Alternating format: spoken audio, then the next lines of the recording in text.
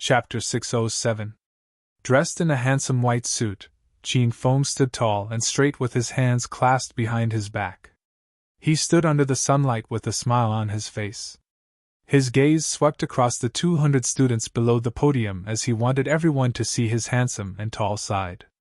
However, the students always inadvertently forgot about Professor Qiao Feng's appearance. This teacher was simply too ordinary. "Students, stand up!" Lu Jie, who was sitting in the last row of the class, shouted. The students who were standing in the aisle did not move, but the students who were sitting in their seats stood up in unison. More than 200 people shouted in unison, and their voices were deafening. "Good morning, Professor Qiao Feng!" This scene shocked the representatives from the same medical academy who were standing on the podium. The students were so enthusiastic and eager to learn. They couldn't even see such students in their school. Qin Feng nodded in satisfaction and said in a loud and clear voice, "Students, please take your seats. The class will now begin. In this class, we will be talking about the Chinese medicine's observation, listening, questioning, and pulse. I heard that all of you have learned from a Chinese medicine teacher before.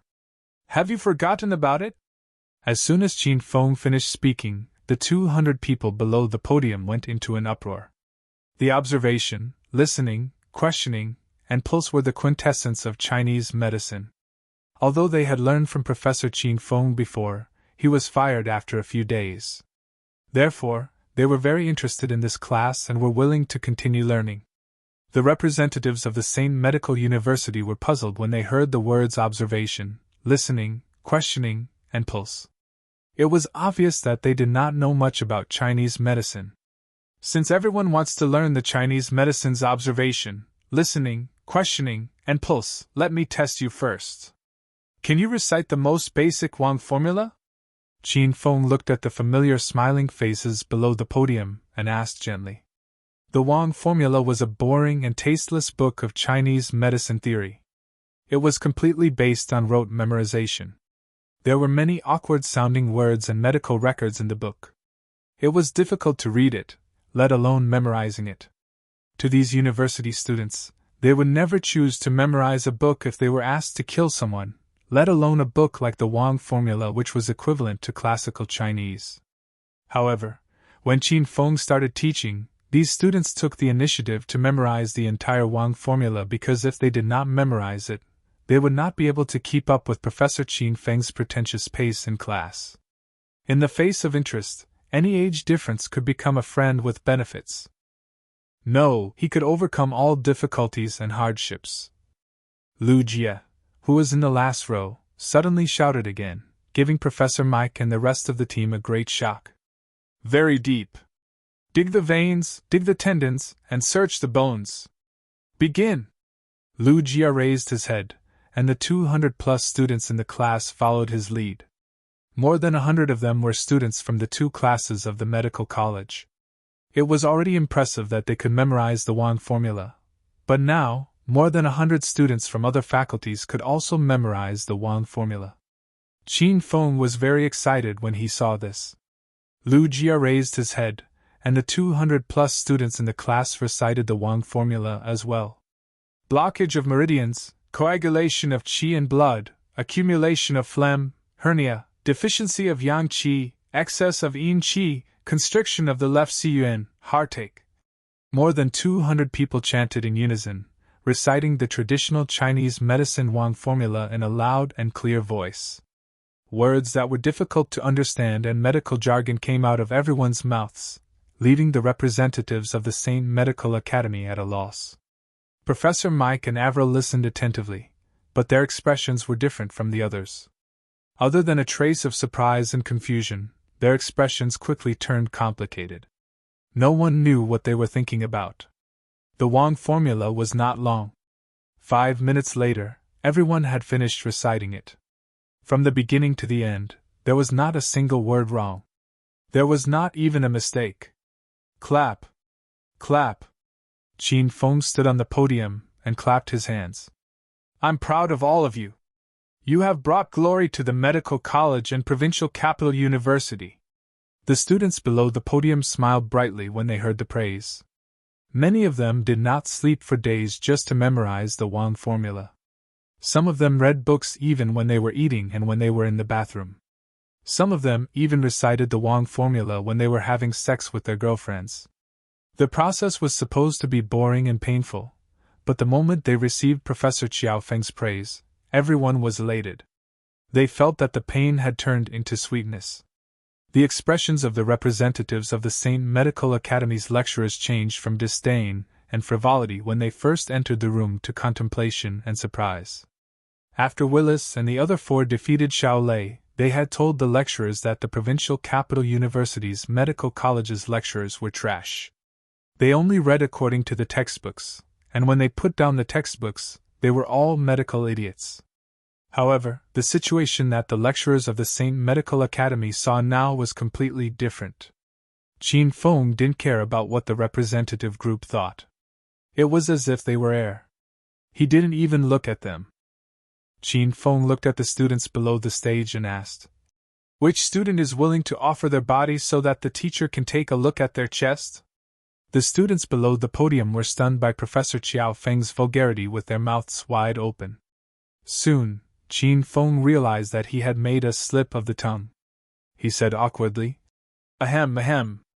Which student is willing to stand up? I'll take a look at her physiognomy." The students below the podium and on the podium gasped. Then, they scrambled to raise their hands. "Boys, don't raise your hand," Qin Feng said. Suddenly, he lowered half of his hand. "Ahem, ahem. Miss Hua Yan, please stand up and cooperate with me." Qin Feng immediately recognized Hua Yan's chest among the 200 students and asked her to stand up. Hua Yan stood up.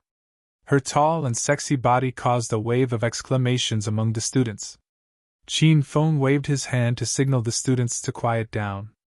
Then, he looked at Hua Yan and stared at her collar for a while. Then, he cleared his throat and said in a serious tone, "This student has phoenix eyes, willow leaf eyebrows, cherry lips, and an oval face. Her skin is as fair as snow, and the bridge of her nose is high and natural. She's indeed one of the prettiest girls in the medical college." The 200 students below the podium were still in a daze after Qin Feng's words.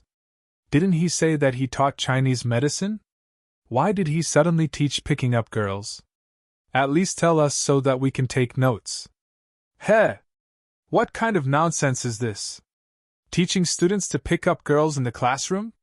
Is this the Chinese medicine teacher of the medical college? Is this the famous Chinese medicine skill of China? Is this the fucking skill of picking up girls? Peter's mocking voice came from behind Qin Feng. He purposely raised his voice so that many students in the class could hear him.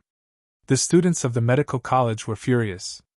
They couldn't tolerate people from other universities to insult their medical college, provincial capital university, and Chinese medicine.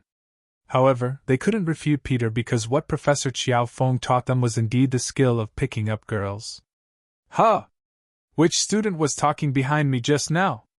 Qin Feng turned around and looked at the representative group of St. Medical College with a puzzled expression. Peter was here with Professor Mike and the lecturers to make a scene. He wasn't afraid of Qin Feng. He took a step forward and said, "It's me. What's wrong? Do you think I said something wrong?" Qin Feng looked in Peter's direction. After a while, he said with a smile, "Oh, it's little brother Charcoal. You're so dark that I almost can't see you." Pete was too unscrupulous.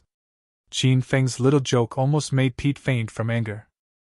Without waiting for Pete to speak, Qin Feng continued, "I was just joking with everyone just now to lighten the atmosphere in the classroom and raise the students' enthusiasm for learning.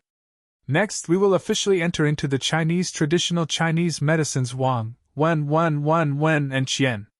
Which student is willing to stand up and let me see you?" Qin Feng suddenly became serious. The students in the class who were laughing also quieted down. After a while, Ma Chao stood up. "Professor, please take a look at me. I'm not feeling well recently." Qin Feng still remembered Ma Chao. He used to be a bully in the class. On the first day Qin Feng came, he taught this guy a lesson. Now, he and Lu Jia were both hardcore fans of Qin Feng. Qin Feng's expression was serious. His eyes fell on Ma Chao's face, from his hair to his chin. He looked at every part of Ma Chao's face very carefully. All the students held their breath. They were afraid that they would affect Professor Chiao Feng's performance. The classroom fell into a dead silence. The sound of a needle dropping could be heard. This student's glabella is dark, his lips are purple and slightly chapped, his eyes are turbid and lifeless, and his complexion is pale. After a moment, Chiao Feng opened his mouth and paused for a moment before continuing. This student, your main symptom is kidney deficiency. His words caused the whole class to burst into laughter.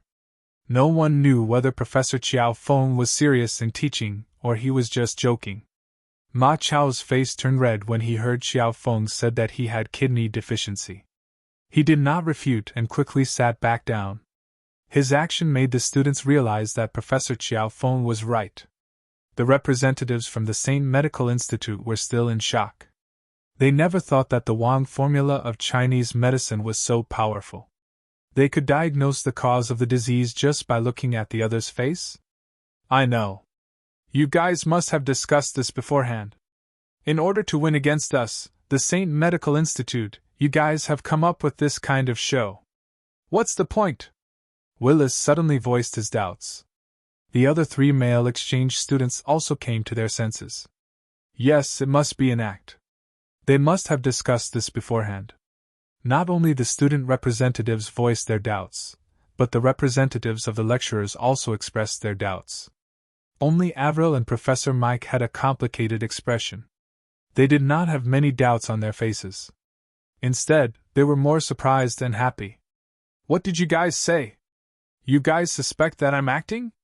Ma Chao was already a little embarrassed when his kidney deficiency was pointed out. Now, there were people who doubted that his kidney deficiency was fake? Weren't they looking down on him? Humph! You dare to say that you're not acting? You can tell that you're sick just by standing there and letting them look at you. Then it's really easy to be a doctor. Willis maintained a disdainful expression. He was very firm about his speculation. Owen, Peter, and Jack also did not believe that Chinese medicine could be so powerful. They helped Willis to denounce Ma Chao. Instantly, the 200 students in the class were furious. All of them stood up and glared at the representatives of the exchange group from the Saint Medical Institute. They knew that Professor Chiao Feng and Ma Chao were definitely not acting. Almost all the students in the class knew that Ma Chao had kidney deficiency. There was no need for him to act. Everyone, quiet down. Qin Feng slammed the table and yelled when he saw that both parties were quarreling fiercely and were about to start a fight. The students in the first class immediately quieted down. However, they still glared at the exchange students with resentful eyes to express their anger. P.S. Today's chapter has been repeated. If you encounter this kind of problem in the future, just refresh the book or uninstall it and add it to your collection. Please forgive the inconvenience. Chapter 608. Professor Chiao Feng. My student's suspicion is possible. I know that Chinese medicine is extensive and profound, but it's our first time in China and we don't know much about Chinese medicine. You were able to tell the cause of his illness just by looking at his physiognomy. It's hard for my students to believe you. I hope you can think of a way to convince my students. Professor Mike spoke. Obviously, he was on the side of Willis's students. Qin Feng's expression never changed. He looked at Professor Mike and said, Professor Mike, you've been selling French fries for so many years. I'm sure you have a lot of ideas. Can you help me think of a way to convince your students? Qin Feng's words almost made Professor Mike vomit blood. The medical college class 1 was in an uproar. Did I hear that right? Professor Chiao Feng said Professor Mike sells French fries? Is that true? It should be true. Look at that old man, he didn't refute it. I guess he sold French fries for a living before he became a doctor. What an inspiring story. We have to learn from Professor Mike. The students in the class were talking at the top of their lungs. Even if Mike didn't want to hear them, their voices would still enter his ears. Professor Mike's eyes were red. He looked at Qin Feng and said, Professor Chiao Feng, why don't you take a look at the 5 exchange students? If you can point out their health problems, you'll be able to convince them. Okay. Professor Mike's suggestion was not bad, so Chin Feng agreed without hesitation. Since Willis was the first one to question Chin Feng walked to Willis and stared at him with his deep black eyes. He carefully observed every detail of Willis's face. He stared for a long time. Chin Feng's face darkened. Ever since he mastered the 5 elements acupuncture technique and 100 herb sutra, he had transformed from a Chinese medicine idiot to a Chinese medicine expert. He could point out the health problems of over 200 students just by looking at their physiognomy. However, after staring at Willis's face for a while, Chin Feng felt that something was wrong, but he couldn't tell what was wrong. Willis's complexion was very good. Obviously, he didn't have those common illnesses. Moreover, he didn't have any obvious symptoms. Moreover, Willis was a foreigner. It was Chin Feng's first time reading a foreigner's physiognomy, so he couldn't find the cause. Haha, Professor Chiao Feng? How is it? You've been staring at me for so long without saying anything. Could it be that you've fallen for me? I'm not interested in men. Willis looked at Chin Feng with a smug expression. He didn't forget to mock Chin Feng. As a child of a noble family, Willis's body had been nurtured well since he was young. He didn't do any manual labor, so what problem could he have? Willis was also a medical student, so he was very particular about his diet and habits. He knew that there was nothing wrong with his body, not even the cause of suboptimal health. Moreover, there was an unknown secret in his body. Willis did not believe that Chiao Feng could see through his secret. The atmosphere in the class suddenly became tense. Everyone stared at teacher Chiao Feng. Could it be that he really couldn't tell? Ha! Professor Chiao Feng, you don't have to watch anymore. I already know that you were acting just now. You knew that Professor Mike would bring us here today to compete with you, so you colluded with these students last night to put on a Hollywood show. But your acting skills are too lousy. Before the show even started, my discerning eyes saw through it. Willis laughed proudly. That's right. Willis laughed proudly. The students in the class wore a cold expression. They were very unhappy with Willis's attitude and words, but they had nothing to say. Just when everyone's heart was in their throats, Chin Feng suddenly laughed. Hee hee. It's not that I can't see the hidden danger in your body, but since you're a guest from afar, I wanted to save some face for you. But since you want me to say it, I have no choice but to comply. Humph. Don't talk nonsense. Tell me, what hidden danger do I have? Willis sneered. Obviously, he didn't believe Chiao Feng's words. Suddenly, Chiao Feng said, You have a weak kidney. His words caused the dead silence in the classroom to burst into an uproar. Everyone burst into laughter. Willis was so angry that his nose became crooked. He glared at Chiao Feng and yelled, Humph! Just now you said that student has a weak kidney, and now you're saying that I have a weak kidney? Does everyone in the world have a weak kidney? Or is it that your Chinese medicine can only treat a weak kidney? Isn't this a little too ridiculous? Willis's words made the exchange students laugh as well. Chiao Feng looked at Willis with a deadpan expression and said, You really have a weak kidney. And you have asthma, the kind that's contagious. Boom! Chiao Feng's words were like a time bomb. Moreover, it was a bomb that had already been detonated. The classroom instantly boiled with excitement. Willis has asthma? And it's contagious? Isn't this too fucking scary? The students standing beside Willis were also shocked. Although they didn't really believe Chiao Feng's words, they instinctively took a few steps back and maintained a certain distance from Willis. Willis's expression became colder and colder. He was so angry that the veins on his forehead bulged. How could you believe the nonsense he made up? If I really have asthma, you guys who have been my classmates for 3 years would have been contagious. The students who retreated immediately regained their senses and walked back to Willis's side. They looked at Willis embarrassedly. Chiao Feng, on the other hand, kept staring at Willis's face. He could tell that Willis was in good health. However, Everyone had some hidden ailments. As long as these people were angered, their hidden ailments could be better observed. Xiao Feng's previous words were indeed nonsense. His purpose was to provoke Willis and make him angry so that he could observe Willis's condition. Soon, Qin Feng realized that Willis instinctively covered his abdomen with one hand when he was angry. When he opened his mouth to defend himself, Qin Feng also saw the color of his tongue. "How dare you slander me? Is it because I expose your trick that you're slandering me? Are you trying to ruin my reputation? Humph! Provincial Capital University is really a bunch of despicable people." Willis was so angry that his face turned red. He glared at Qin Feng coldly. No one understood Qin Feng's purpose. The exchange students and lecturers' representatives were also condemning Qin Feng. Professor Mike and Avril had been watching Qin Feng's every move, but they still couldn't figure out what Qin Feng was trying to do. "Ha ha! Don't be angry, Willis. I was just joking with you. I've long heard that foreigners are very humorous. Looks like that's not the case." Qin Feng smiled. Then, his expression suddenly turned serious. "Willis, your body is in good health, but you have a hereditary stomach ailment." Qin Feng's mood swings confused the representatives of the exchange team. They didn't know which part of Qin Feng's words was a joke and which part was the truth. Qin Feng stood tall and straight with his hands behind his back. His expression was serious, and his voice was steady.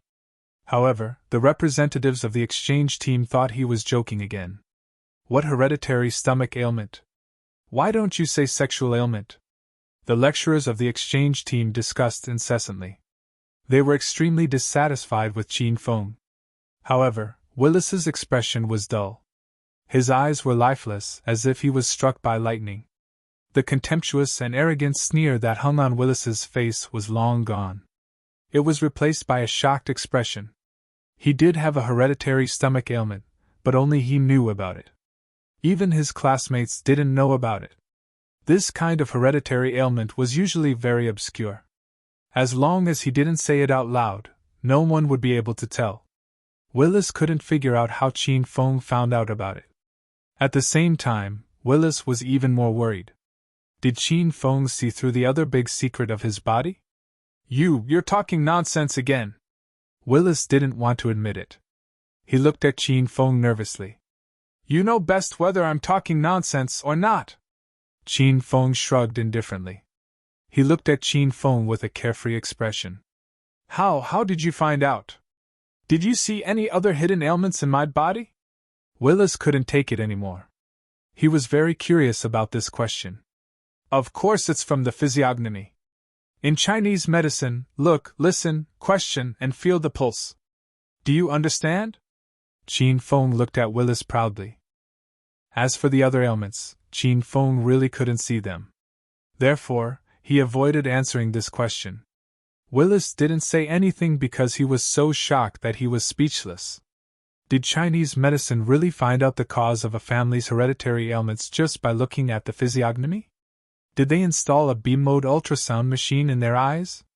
The lecturers and student representatives of the St. Medical Institute saw the drastic change in Willis's expression. Although they didn't hear Willis admit it, they could guess what had happened. No one dared to say anything. Only the muscular and simple-minded Peter glared at Qin Feng confidently. He said playfully, "Don't talk nonsense, kid. How can a person with a mouth full of nonsense like you be a teacher? Is Provincial Capital University's medical school going to close down? Why do you keep inviting some weirdos to make up the numbers?" "Ha!" Peter seized the opportunity to mock Qin Feng. Of course, he wouldn't let it go. However, he suddenly stopped after laughing 3 times. He looked at his companions with a strange expression. "Professor Mike, what's wrong with you guys? This teacher is simply spouting nonsense. China's traditional Chinese medicine is a liar. We've already won today's battle before it even started. Hurry up and laugh with me." Peter was still immersed in his own thoughts. He looked at the people around him with an incredulous expression. Professor Mike wanted to kick Peter out of the classroom. He glanced at Willis before turning to Qin Feng and said, Professor Chiao Feng's Chinese medicine skills are really amazing. You've really broadened our horizons today. You flatter me. Chinese medicine is broad and profound. I've only learned a little bit about it. I'm sorry for my incompetence just now. Qin Feng and Mike looked calm on the surface and even flattered each other. However, Mike was infuriated. Although Willis didn't admit that he had a hereditary stomach ailment, as long as one wasn't an idiot, he could tell that Professor Chiao Feng was right. Willis couldn't refute Professor Mike's words. In an instant, the classroom was filled with excitement. The students of the medical institute cheered and jumped in joy. Professor Chiao Feng is so cool! I thought the old man leading the team from the Saint Medical Institute would be amazing. TSK. Those lecturers and representatives are even worse. They're nothing in front of Professor Chiao Feng. Didn't Professor Chiao Feng say that the old man called Mike used to sell French fries? He switched to medicine halfway through. How amazing can he be? Chapter 609. The representatives of the Saint Medical Institute were very angry, but no one said anything. This was because it was not the right time to talk. If they said too much, they would be slapping themselves in the face. They still cared about their reputation. Peter suddenly took a step forward and glared at the students below the stage. Don't talk nonsense. How many times do I have to tell you before you can remember? Professor Mike doesn't study Western medicine. He sells French fries. In his agitation, Peter reversed his words. Suddenly, a muffled sound came from the podium. Someone suddenly fainted. Professor Mike! Professor Mike, what's wrong? Oh no, Professor Mike has fainted! Exclamations came from the podium. Professor Mike had fallen to the ground, and his body was still twitching. This scene frightened Peter. He quickly surrounded Professor Mike and shouted his name. Professor Mike, why did you faint? Wake up, please!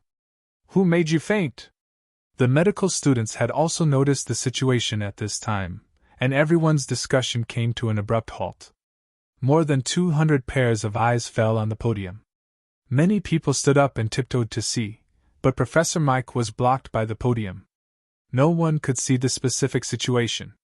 Disperse, everyone disperse quickly. Maintain air circulation. Don't let Professor Mike suffocate. The lecturers' representatives of the Saint Medical Institute were not there to do nothing. In such an emergency situation, they quickly began to take rescue measures. Some people dispersed the onlookers while two lecturers squatted on the ground to check on Professor Mike's condition. The scene was in chaos. It was like a battlefield. How is it? What's wrong with Professor Mike? Should we call an ambulance? The lecturers responsible for dispersing the students looked back at the podium. The two lecturers squatting beside Professor Mike frowned. One of them said, breathing difficulties, weak heartbeat, weak pulse, and weak breath. It's likely a heart attack. Professor Mike was an old man, and most of them had heart problems. If it was a heart attack, he had to be sent to the hospital as soon as possible. Then quickly call an ambulance. Ask that teacher if there's an ambulance in their school. Let them help. Professor Mike had suddenly fainted, and it was very likely a heart attack. The lecturer's representative from the Saint Medical Institute ignored the unhappiness between the two sides and looked at Chiao Feng to ask for his help. Chiao Feng had been observing Professor Mike's condition for a long time. Looking at his condition, there was an 80% chance that he had a heart attack. I might be able to cure him. Qin Feng walked to Professor Mike's side. The two lecturers squatting on the ground looked worriedly at Qin Feng and didn't move out of the way. Peter angrily rushed up and blocked Qin Feng's path. Don't even think about getting close to our Professor Mike. I don't believe you're so kind as to save him. What if you want to harm him? When the medical students heard Peter's words, they gritted their teeth in anger. Would Teacher Chiao Feng frame Professor Mike at this time? That's possible. Qin Feng didn't care about Peter's attitude. He shrugged and said, do whatever you want. I think Professor Mike can only hold on for 10 minutes. Even if the medical school has an ambulance, it'll take at least 10 minutes to get here and send him to the emergency room. If Professor Mike dies halfway, you won't have fries to eat. Peter glared fiercely at Qin Feng. He clearly didn't like what Qin Feng had just said, but he had to admit that Qin Feng's words made sense. Let him try. Avril suddenly walked over and pulled Peter away. Everyone looked at Avril in surprise and couldn't make up their minds for a moment. Avril glanced at Qin Feng and said calmly, "Did you guys forget? Yesterday, this teacher used Chinese medicine acupuncture to wake up a female student who suddenly had epilepsy. I believe that he has the confidence to wake Professor Mike up." Qin Feng also looked at Avril. Previously, he suspected that Avril might have been sent by the William family. Now, Qin Feng was more and more suspicious of her because this woman never panicked. When Professor Mike suddenly had a heart attack, the other lecturers and student representatives were all anxious and sweating, but Avril acted as if nothing had happened. Let him try, maybe he really can. Willis was the second to stand up. Then, Owen and Jack also nodded. This teacher's acupuncture skills are indeed amazing. Professor Mike's situation is getting more and more critical. Let him treat him first. A few of the student representatives spoke up. The lecturers glanced at each other and finally agreed to let Qin Feng treat Professor Mike. Everyone consciously made way. Qin Feng walked to Professor Mike's side and squatted down. First, he scanned Professor Mike's face, then he placed his hands on the artery of his neck and put his ear near Professor Mike's chest. Qin Feng observed Professor Mike for a long time. He read Professor Mike's face, took his pulse, and even bought a talisman of clairvoyance. However, he still couldn't determine the cause of Professor Mike's illness. Qin Feng felt a little helpless. After he had the 5 elements acupuncture technique and the Book of 100 Herbs, ordinary causes and all kinds of difficult and miscellaneous diseases were nothing to him. He had never encountered a patient whose cause of illness he couldn't determine. However, today, Qin Feng couldn't determine the cause of the illness twice in a row. Once was with Willis, and the other time was with Professor Mike. Could it be that the foreign body structure was too different from the Chinese body structure? Teacher Chiao Feng, how is Professor Mike? Did he have a heart attack? A few lecturer representatives couldn't wait any longer and asked. Qin Feng didn't investigate the real cause of Professor Mike's fainting, but he was sure that it wasn't a heart attack. It's not a heart attack. Step back a little, I'll try acupuncture. Now, everyone's hopes were pinned on Qin Feng. Qin Feng spoke, so everyone quickly stepped back and gave him space. Qin Feng took out a black cloth from his pocket and spread it on the ground. There was a row of silver needles of different lengths and thicknesses. After the silver needles were arranged, Qin Feng directly shot them out. His movements were extremely fast, so fast that everyone was dazzled. No one could clearly see the specific trajectory of Qin Feng's silver needles. In the blink of an eye, 6 silver needles had landed on several of Professor Mike's main acupuncture points. Whoosh! Everyone sucked in a breath of cold air. Needless to say, it was the first time they saw Qin Feng perform acupuncture, and some of them screamed in surprise. This was the second time the 5 student representatives had seen Qin Feng's acupuncture skills, but they were still shocked to the core. The 4 male students yelled in their hearts. How many times did he have to practice to have such a fast hand speed? Whoosh whoosh whoosh. Qin Feng's expression was solemn, as if he was isolated from the world. He paid no attention to the screams and discussions around him. He first applied the needles with one hand, then raised his other hand. Both of his hands danced and spun in the air. The silver needles fell one by one precisely, light and natural. It was as gentle and harmonious as an ancient beauty embroidering a painting. In the blink of an eye, there were 8 more silver needles on Professor Mike's body. In a breath's time, Professor Mike's body was covered with silver needles. The surrounding people held their breaths, as if they would disturb Qin Feng. Qin Feng wasn't performing acupuncture at all. He was clearly performing a kind of aesthetic and lively art. To be able to combine medical skills with art and sublimate it to such a level, this was definitely the standard of a generation of Chinese medicine masters. The expressions of Willis and the other exchange students changed constantly. Although they didn't know whether Qin Feng's acupuncture was correct or not, Qin Feng's technique and speed were obviously extremely proficient, and had reached the point of perfection. Qin Feng continued to apply needles. This was the first time he had applied needles for treatment after obtaining the 5 elements acupuncture technique. Qin Feng continued to apply needles. This was the first time he had applied needles for treatment after obtaining the 5 elements acupuncture technique. This was because Qin Feng still couldn't tell what illness Professor Mike had that caused him to suddenly faint. Therefore, Qin Feng planned to apply needles on several major and important acupoints on Professor Mike's body. This would help to unclog his blood and condense his vital energy. Although Qin Feng's hand speed was fast, it still took him nearly 5 minutes to stop. At this moment, Professor Mike's body was covered with silver needles like a cactus. Everyone had yet to completely recover from the shock. 5 minutes seemed to pass in the blink of an eye. How did Professor Mike turn into a hedgehog in the blink of an eye? The acupuncture did not end there. Qin Feng was still holding the longest and thickest silver needle in his hand. The silver needle was pinched in Qin Feng's hand for a long time. Everyone's gaze fell on this silver needle. From time to time, they would glance at Qin Feng. Some people even suspected that teacher Qiao Feng had fallen asleep from the needles. Qin Feng suddenly made his move without warning. The last silver needle fell, causing the rest of the silver needles to vibrate. Buzz! Buzz! Buzz! Hundreds of silver needles vibrated at the same time and reached the same frequency. The students sitting in the last row of the classroom could hear the wind whistling from the podium. It was as if a row of wind chimes hung on Professor Mike's body. Winchanter was still there, but the souls of the sane medical institute's representatives were scared out of their wits.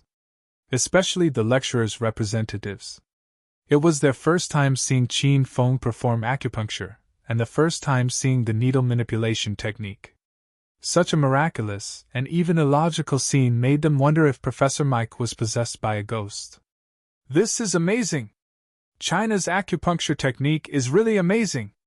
Some lecturers had already recovered from the shock and couldn't help but exclaim in English. "Is this China's Chinese medicine? Look, listen, question, and feel? Acupuncture technique? I want to learn. I want to learn too. No surgery, no medication, and just a few needles can cure a disease? China's cultural heritage of more than 5,000 years is indeed not just for show." The representatives of the exchange group who looked down on Provincial Capital University, the Medical Institute, and even China's Chinese medicine were deeply moved at this moment. They had never seen such miraculous medical techniques. How could this be considered medical techniques? This was simply a miracle. The lecturers even forgot about the fainted Professor Mike. They forgot that the silver needles were for Professor Mike's treatment, and not for an acrobatic performance for them to praise. It didn't matter whether Professor Mike woke up or not. The lecturers stared at Qin Feng with scorching eyes. They couldn't wait to acknowledge Qin Feng as their master. Cough, cough. Hundreds of silver needles vibrated for more than a minute. Suddenly, the unconscious Professor Mike coughed. Cough, cough. Where is this place? Why am I lying on the ground? When everyone saw that Professor Mike had woken up, they quickly surrounded him. Their faces were filled with surprise and astonishment. "You're awake! You're really awake! Professor Mike, are you all right? How do you feel now? Do you need me to send you to the hospital for a checkup?" The lecturers and students of the same medical institute looked at Professor Mike worriedly. Professor Mike's memory seemed to be recovering. He looked at everyone for a while with a puzzled expression. Then he stood up. "Did I suddenly faint just now? Which one of you saved me?" Professor Mike glanced at the people of the same medical institute. Everyone shook their heads. Avril took a step forward, pointed at Qin Feng, and said, "Professor Mike, we were helpless when you suddenly fainted. We were going to send you to the emergency room, but Professor Qiao Feng came to your rescue and saved you with Chinese traditional medicine." Chapter 610. Professor Mike's words caused an uproar. The lecturers and student representatives of the St. Medical University looked at him in astonishment. The 200 students of the medical college looked at him in surprise. Professor Mike had praised Qin Feng and Chinese traditional medicine, which indirectly indicated that the St. Medical University had admitted defeat in this medical competition. Professor Mike. The lecturers hurried to Mike's side and looked at him nervously and unwillingly. Mike waved his hand to interrupt them and said calmly, "I know what you want to say, but what's the use of saying it? What's the use of refusing to accept it if you're not convinced? Why didn't you wake me up when I fainted? Because you in Western medicine couldn't help me, but Professor Chiao Feng woke me up with his Chinese acupuncture technique. It's obvious who's stronger and who's weaker. There's no need to explain." Professor Mike's words made the lecturers' delegation speechless. Willis's students even lowered their heads. They naturally understood what Professor Mike meant, but they were representing the St. Medical University. They had lost because of the university's reputation, so they were more or less indignant about it. Just like today's medical competition, if Provincial Capital University lost, the students of the medical college would also be unwilling. Haha, as a teacher, Professor Mike, your broad-mindedness is worth learning from. Qin Feng gave Professor Mike a thumbs up. Professor Mike nodded slightly and continued, "I brought the St. Medic Institute's team to your university mainly for an exchange of knowledge. In the end, a few days ago, my impatient students changed the nature of the event. We're here to exchange knowledge, not to compete. Even if there's a medical competition, the main purpose is to exchange knowledge and learn from each other. How can you humiliate the other party's culture and medical heritage to show off and improve your university's reputation?" Professor Mike seemed to have changed into a different person. Every time he opened his mouth, he would talk about profound and erudite principles, which made the medical college students admire this old man. Qin Feng nodded with a smile. He agreed with Professor Mike's point of view. "Professor Mike, you're right. We should exchange knowledge and learn from each other. That's our goal." "Haha! Great! Professor Chiao Feng, you're right. The students of Provincial Capital University are blessed to have a young and promising lecturer like you." Professor Mike patted Qin Feng's shoulder with a smile. Qin Feng also patted Professor Mike's shoulder, almost knocking the old man over. "Hee, I used too much strength again. Professor Mike, please don't be offended. I will continue with the lesson." "Okay, we will also continue to listen to your lecture. I really like your Chinese medicine class." Qin Feng and Professor Mike flattered each other, creating a harmonious and happy scene. The students on both sides were moved, and they put down their competitive hearts. They began to focus on learning from each other. At that moment, Principal Wang Zhonghua rushed over with a group of old fogies at the entrance of the medical college. They had guessed that the representative from the St. Medical College would come to get back at them, but they hadn't expected them to come so early. As soon as Wang Zhonghua and the others arrived at the classroom door, they saw the scene of Professor Mike and Qin Feng getting along well. They also heard Professor Mike take the initiative to admit defeat to Qin Feng, which made these old antiques extremely happy. "Haha! Professor Chiao Feng is really amazing. I knew he was a dragon among men.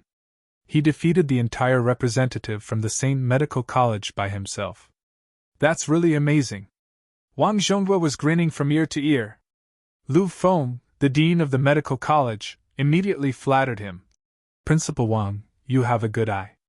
I believe that under your leadership, Provincial Capital University will only get better and better." "Principal Wang, I saw that Professor Chiao Feng and Professor Mike seemed to have reconciled. What they said makes sense. This exchange is mainly about learning, so don't you think we're adding insult to injury?" an old professor asked timidly. Wang Zhonghua glared at the old man and said snappily, "How is this adding insult to injury?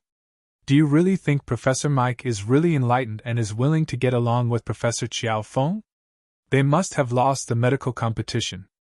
If they don't pretend to be magnanimous and see through the world, how can they continue to stay in the exchange for the next few days?" Wang Zhonghua's words enlightened the old antiques, and they nodded in realization. "Principal Wang, since Professor Mike is so cunning and sinister, Why don't we go in and laugh at them now? The old antique asked again. Wang Zhonghua glared at him again. Old Wang, you're really getting old and muddled. Mike, that old guy, is pretending to be magnanimous. If we hit him when he's down, wouldn't that make us look petty? Old Wang was confused by the scolding, so he asked directly, What should we do now, Principal Wang? Wang Zhonghua waved his hand and shouted with a face full of smiles. Don't do anything. Let's go.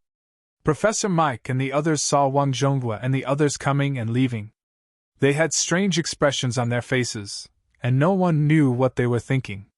Qin Feng acted as if he did not see anything and continued to lecture. His Chinese medicine class was very popular. The 200 students in the class were so excited that no one was distracted for 2 consecutive classes. The representatives of the St. Quasi Medical University who stood on the podium were deeply attracted by Qin Feng's humorous and lively teaching method. They were also captivated by the miraculous Chinese medicine of China. The lecturers and students listened attentively. Some even took the initiative to ask Qin Feng questions. Avril and Professor Mike, on the other hand, were absent-minded. Ding! Congratulations, host Qin Feng, for promoting Chinese medicine and spreading its name far and wide. The system has rewarded host Qin Feng with a 5 elements formation. When the class was about to end, the system's notification rang in Qin Feng's mind.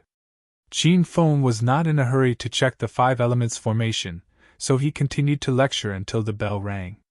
These 2 classes were very outstanding. The students of the medical college and the representatives of the St. Quasi Medical University were fascinated by Qin Feng's lecture. Many of them even begged Qin Feng to continue when the class was over. They had only heard of students looking forward to the end of the class, but this was the first time they heard of students looking forward to the end of the class. Professor Qiao Feng, your class is too exciting. We have learned a lot from it. I have decided to carry out your teaching method in my university after I return. I have learned a lot from this trip to China. Professor Mike came up to Qin Feng and flattered him after the class was over. Hee, Professor Mike, you flatter me. The education in China is still a little backward and rigid.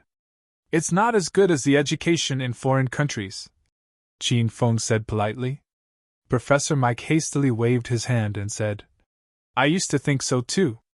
But after coming to China, I realized that it's not the education in China that's backward, it's our ideas and vision.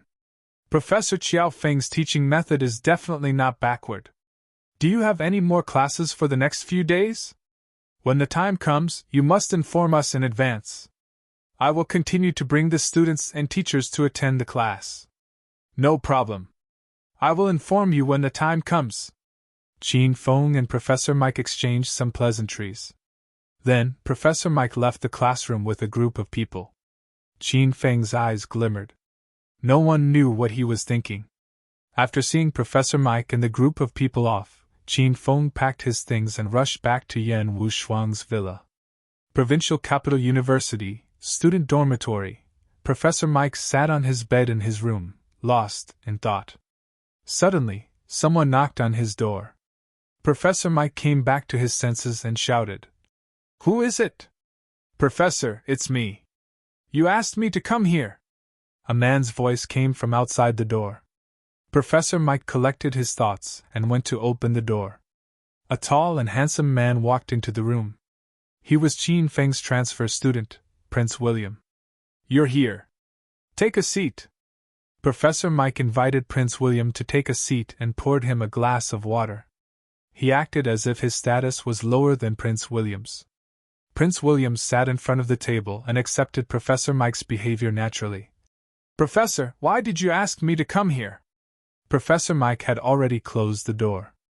However, he was afraid that the wall might be eavesdropping, so he lowered his voice and said, Prince William, have you transferred to Medical College Class 1? Yes. My father asked me to come here yesterday to assist you in your mission, Prince William said honestly. Professor Mike nodded and continued. You saw Qiao Feng's class today. What do you think of him? Prince William was also in Class 1 at that time. He witnessed the series of events in the morning. He pondered for a while and said, What do you mean, Professor Mike? Aren't we here to look for the divine Chinese medicine practitioner, Li Xingtian, who has been missing for 5 years? What does this have to do with Xiao Feng? Professor Mike nodded and then shook his head. Patriarch William did ask us to look for Li Xingtian because Li Xingtian is a person who can use the needle manipulation technique of Chinese medicine. However, in the class today, the teacher called Xiao Feng also used the needle manipulation technique. Furthermore, he has a profound foundation in acupuncture. I'm thinking if we should capture him as well. This way, we can speed up the chief's plan. Prince William's eyes lit up. Previously, he was only thinking about completing the mission given by his father in China, but he had neglected the main purpose of this mission. After Professor Mike's reminder, Prince William was also tempted. Xiao Feng was young, but he had mastered the needle manipulation technique. If he could bring him back to the American base, wouldn't the William family be even more powerful? Professor Mike, you suddenly fainted in class. Was it an act? Prince William's eyes lit up. He was suddenly a little afraid of Professor Mike. This old man was too shrewd and scheming. His long-term vision was not something Prince William could compare with. Hee. Prince William is indeed smart. I did pretend to faint to test Xiao Feng's acupuncture skills. Yesterday, those exchange students said that Xiao Feng knew how to use the needle manipulation technique. I didn't go for a medical competition today. I went to test him. You saw the result. That kid is the one we need. It turned out that Professor Mike and Prince William were 2 of the members sent by the William family for this operation. Professor Mike didn't care whether the same medical institute won or lost the medical competition. Everything he did was for the sake of the mission. Prince William suddenly became excited. He looked at Mike and said, I just came to class, so I'm not familiar with the other students. I feel that they are also rejecting me. However, I have a good relationship with Professor Xiao Feng. He is also a good person. He even helped me translate, and praised me on the first day of school. If you want to rope Xiao Feng back to the base with us, I can try to get close to him and get him to join us voluntarily. Professor Mike looked excited. He immediately slammed the table and made a decision. Okay, then I'll entrust this matter to Prince William. If you successfully convince Xiao Feng, I believe that the chief will definitely reward you when you return. P.S. A chapter in the middle of the night for those who haven't slept yet. Don't forget to vote for those who still have monthly votes. Also, feel free to send gifts, hee. Chapter 611. The only official reading site of Hedonist Sovereign is Zongheng Chinese Network. I hope everyone can subscribe to Zongheng Chinese Network and support young Master Du. When Qin Feng returned to Yan Wu Shuang's rented villa, Yan Wu Shuang was preparing dinner. Ever since Qin Feng praised Yan Wu Shuang's cooking skills this morning, this lass had taken a liking to cooking. She was busy in the kitchen with a big spatula. Team leader Yan, you're really good at cooking. I was mesmerized by the aroma of the dishes as soon as I entered the house. Qin Feng came to the entrance of the kitchen and kept sniffing. Yan Wu Shuang was delighted, but she glared at Qin Feng coldly. What are you sniffing for? Are you a dog? Get out of here and don't disturb me while I'm cooking. Qin Feng fawned on Yan Wu Shuang because he hadn't had his dinner yet. He smiled and said, Hee, I won't disturb you then, team leader Yan. Call me when you're done, and I'll bring the dishes to you. Qin Feng used to tease Yan Wu Shuang whenever he saw her. Today, he was flattering her with all kinds of flattery, which made Yan Wu Shuang feel uncomfortable. Clanking sounds came from the kitchen. After a while, Yan Wu Shuang came out with 2 plates of delicious food in her hands. Serve the dishes, Qin Feng. Hee, coming. Qin Feng eagerly ran to the kitchen. He realized that praising Yan Wu Shuang was very effective. This girl was in a good mood, so she cooked 4 dishes and a soup for dinner. Her life was very comfortable. This was the first time Qin Feng wished that this quest would continue on forever. Qin Feng was very happy. Qin Feng put the dishes on the table. Yan Wu Shuang was sweating from cooking, so she changed into loose white pajamas and came downstairs. You stinking brat, you ate without waiting for me. Do you have a conscience? Yan Wuxuang gritted her teeth when she saw Qin Feng gobbling down the food as soon as she came downstairs. With a big mouthful of rice in his mouth, Qin Feng said vaguely, Team Leader Yan, your food is so delicious that I couldn't help but eat it. Please don't mind me. Yan Wuxuang wanted to reprimand Qin Feng, but she was happy after hearing Qin Feng's words. She glared at Qin Feng and didn't say anything. Yan Wuxuang sat in front of Qin Feng and began to eat. Eat slowly, kid, no one is going to fight with you. Oh right, what did you learn in school today? Yan Wuxuang slapped the back of Qin Feng's hand with her chopsticks and shouted angrily. Hey! I'm talking to you. Are you deaf? Qin Feng swallowed the mouthful of rice, drank some water, and then said, Hee hee, I couldn't open my mouth just now, or else the rice would have spilled out. I made a discovery today, and it's a big one. Yan Wuxuang's eyes lit up. What did you find? Have you confirmed the identity of the member sent by the William family? Qin Feng said. I've confirmed one, but there are still 2 suspicious targets. Really? Are you sure? Yan Wuxuang shouted excitedly. Although Yan Wuxuang didn't go to class these days, it didn't mean that she didn't go to school. On the contrary, Yan Wuxuang lurked in the school every day to check on the members of the St. Medical Institute's exchange group. Yan Wuxuang also saw the battle between Qin Feng and the St. Medical Institute in class this morning. Prince William. He transferred to our class yesterday, and now he's called Prince Wei. Qin Feng forgot to tell Yan Wuxuang about this yesterday. Prince William? Isn't that William Hagen's son? William's elder brother? How did you recognize him? Yan Wuxuang's eyes widened. She didn't expect this person to be here. Prince William tried to assassinate me in the provincial capital, but he didn't succeed. At that time, I was using Qin Feng's appearance. Now that I've changed my identity, he can't recognize me, but I can recognize him. Every time Qin Feng thought of this, he would feel happy. The feeling of being in the dark while the enemy was in the light was really great. Yan Wuxuang was speechless. She didn't expect Qin Feng to bump into such a good thing. Who are the 2 suspicious people? One is Avril, whom I mentioned yesterday. I'm becoming more and more suspicious of her. You can pay more attention to her whereabouts. The other one is Professor Mike. Qin Feng said. Yan Wuxuang didn't find it strange that Avril was suspected, but Professor Mike made her suspicious. Yan Wuxuang witnessed the whole process of Qin Feng's class today. Professor Mike fainted in class and thanked Qin Feng after he woke up. He expressed his admiration and respect for Chinese medicine.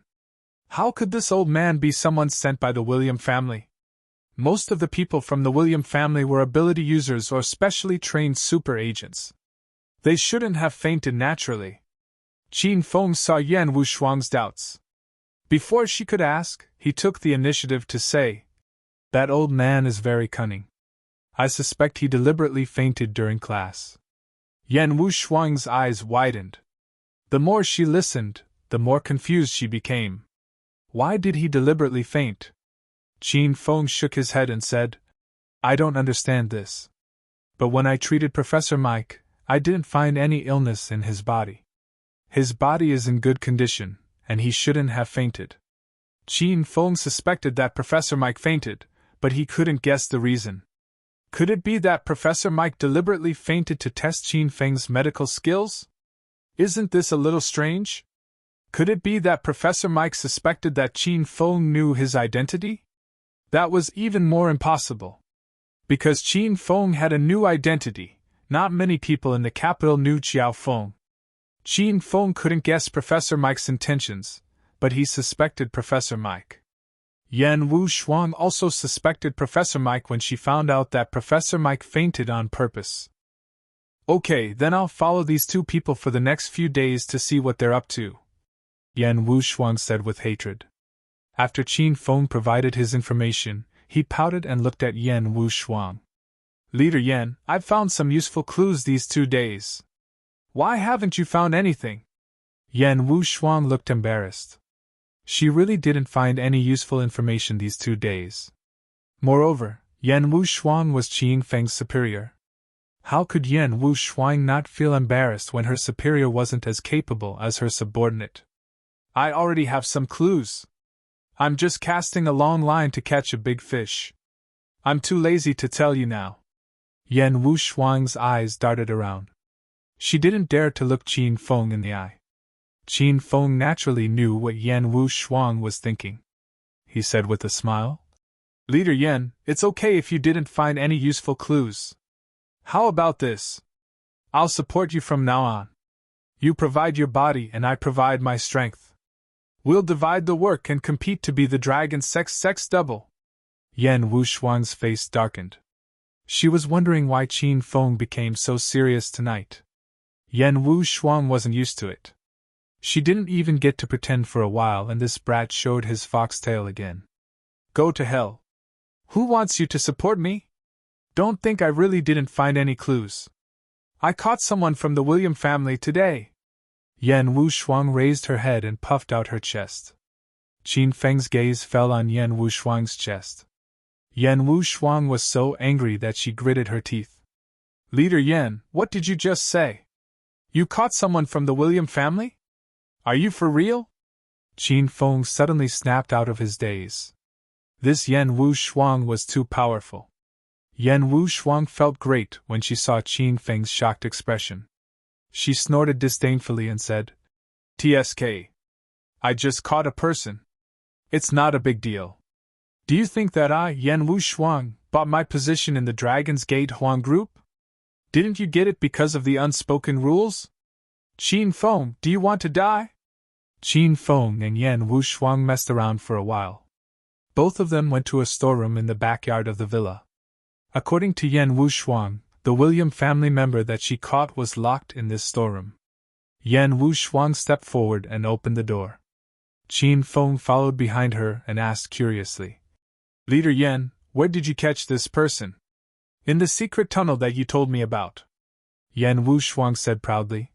When I was looking for another exit in the tunnel, I happened to see him sneaking around. I immediately knocked him out and dragged him back. Suddenly, Qin Feng had a bad feeling.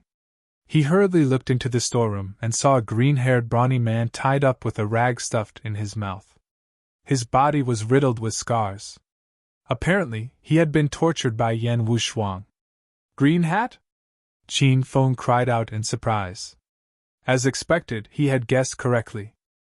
Yan Wu Shuang, that silly girl, had really caught Greenfur. Do you know him?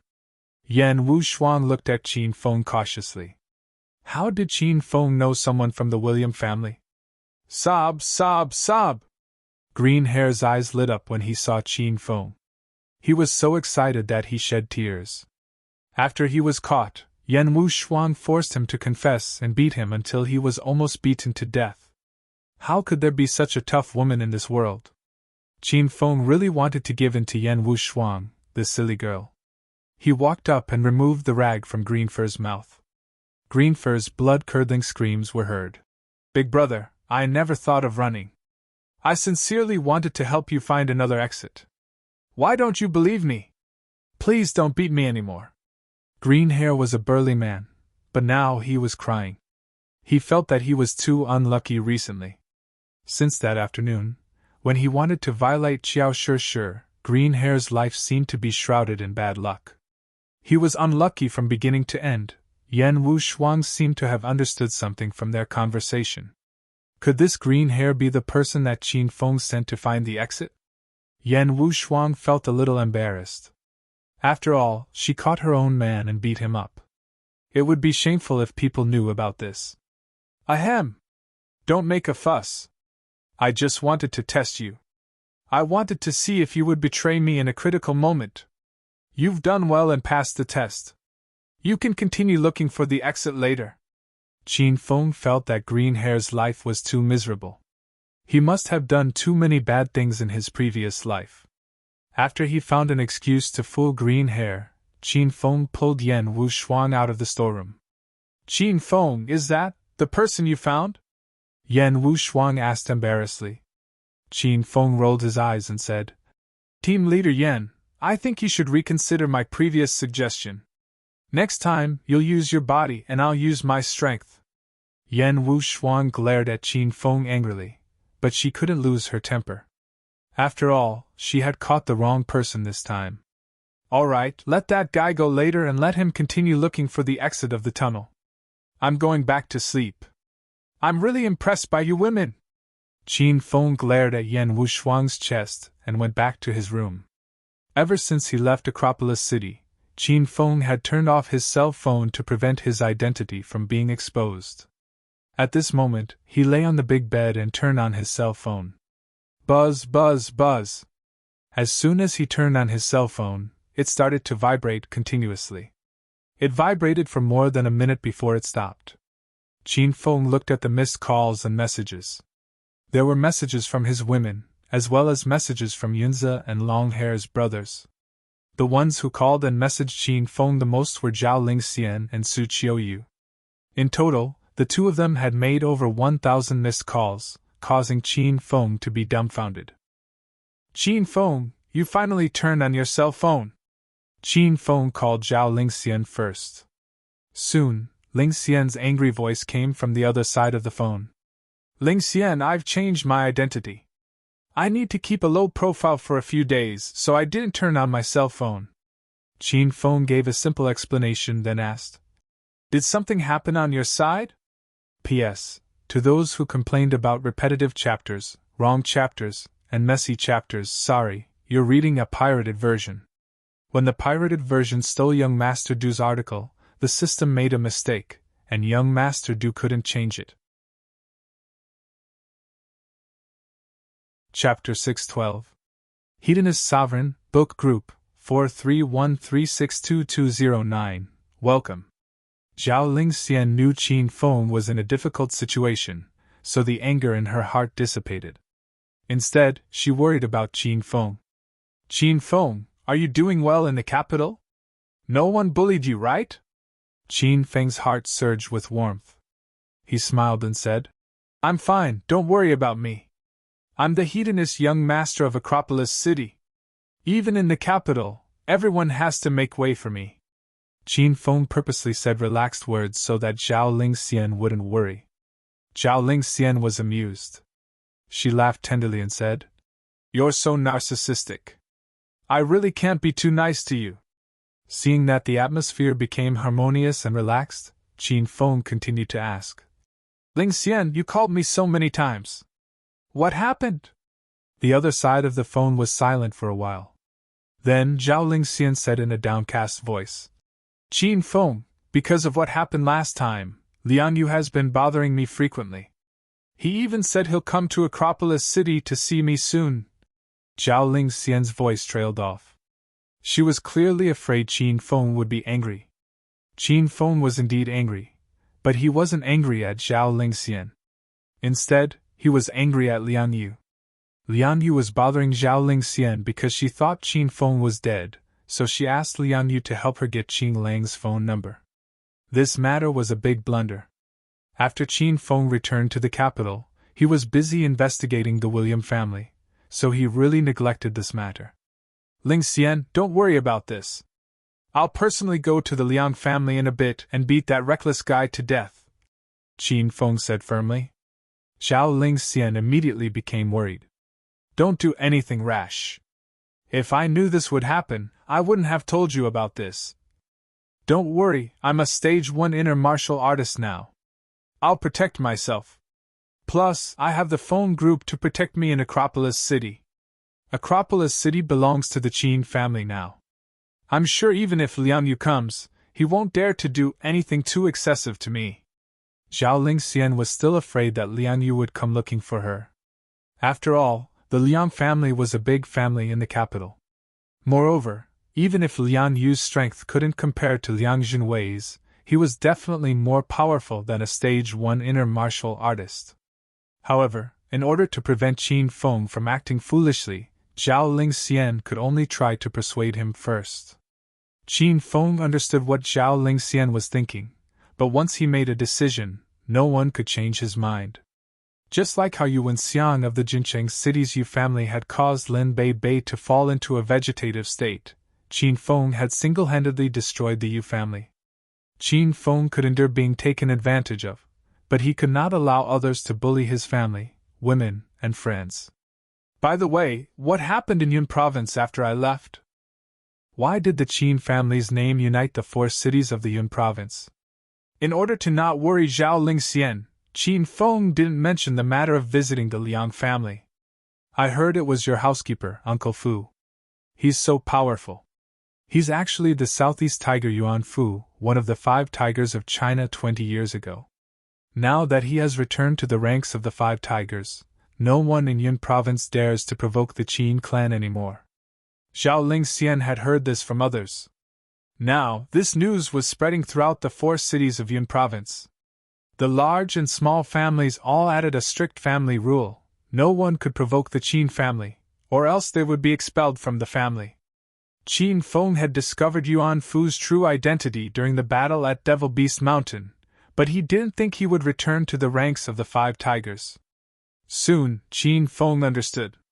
Uncle Fu must have had his reasons for retiring from the world 20 years ago. After enduring for 20 years, he reappeared, so there could only be one reason: to help Acropolis City's Qin clan stabilize its foundation. Qin Feng was incredibly moved. Uncle Fu had taken care of Qin Feng since he was young.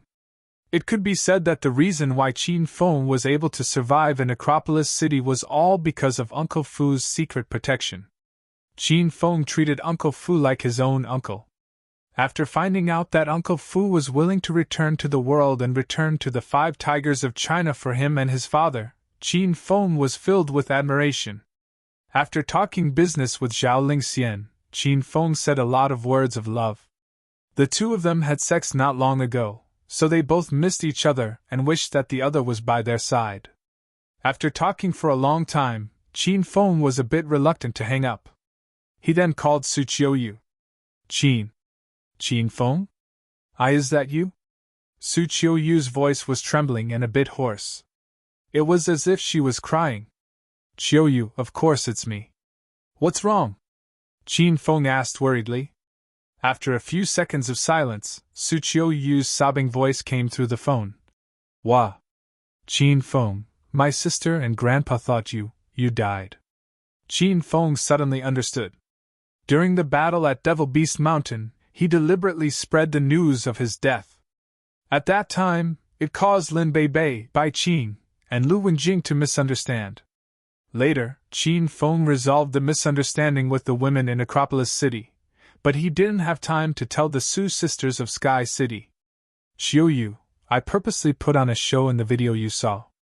The Qin Feng who died was only a clone of mine. I'm currently carrying out a secret mission in the provincial capital, so I needed to change my identity and fake my death. Qin Feng felt a bit guilty as he explained to Su Qiuyu. Recently, Qin Feng had been too busy. He had to complete all sorts of quests, rebuild his family, and fight against all sorts of enemies. He was so busy that he felt dizzy. As a result, Qin Feng had neglected the beautiful Su sisters. I see. It's good to know that you're fine. I can rest assured now. Su Qiuyu didn't blame Qin Feng. She was a smart and sensible woman. Qin Feng felt that it was a great fortune to have the Su sisters. Qiuyu, how's the medical company? Qin Feng got back to the main topic. He wanted to suppress the Liang family in the provincial capital. He wanted to destroy the Liang family in the business world first, and then swallow up the Liang family's power. Su Qiuyu's emotions had calmed down, and she became a capable and steady woman again. The gold sore medicine and whitening powder formulas you left last time have been registered as trademarks and passed the inspection of the State Food and Drug Administration. Now, these 2 formulas can be mass-produced at any time and sold in the market. I've been contacting you and waiting for you to tell me. Su Qiuyu's ability was outstanding. Qin Feng had only been back in Yun province for half a month, but Su Qiuyu had already settled the new formulas. Okay. Then start the production of the gold sore medicine and whitening powder immediately. You can look for me if you have any financial problems. said Qin Feng. The Su family still has funds. If it's really not enough, I'll look for you. Qin Feng, take good care of yourself in the provincial capital. Remember to visit the Su family when you have time. Grandpa and Xia Tian miss you very much. Su Qiuyu's pretty face blushed after she finished speaking. How could she not miss Qin Feng? However, she was too embarrassed to say it out loud.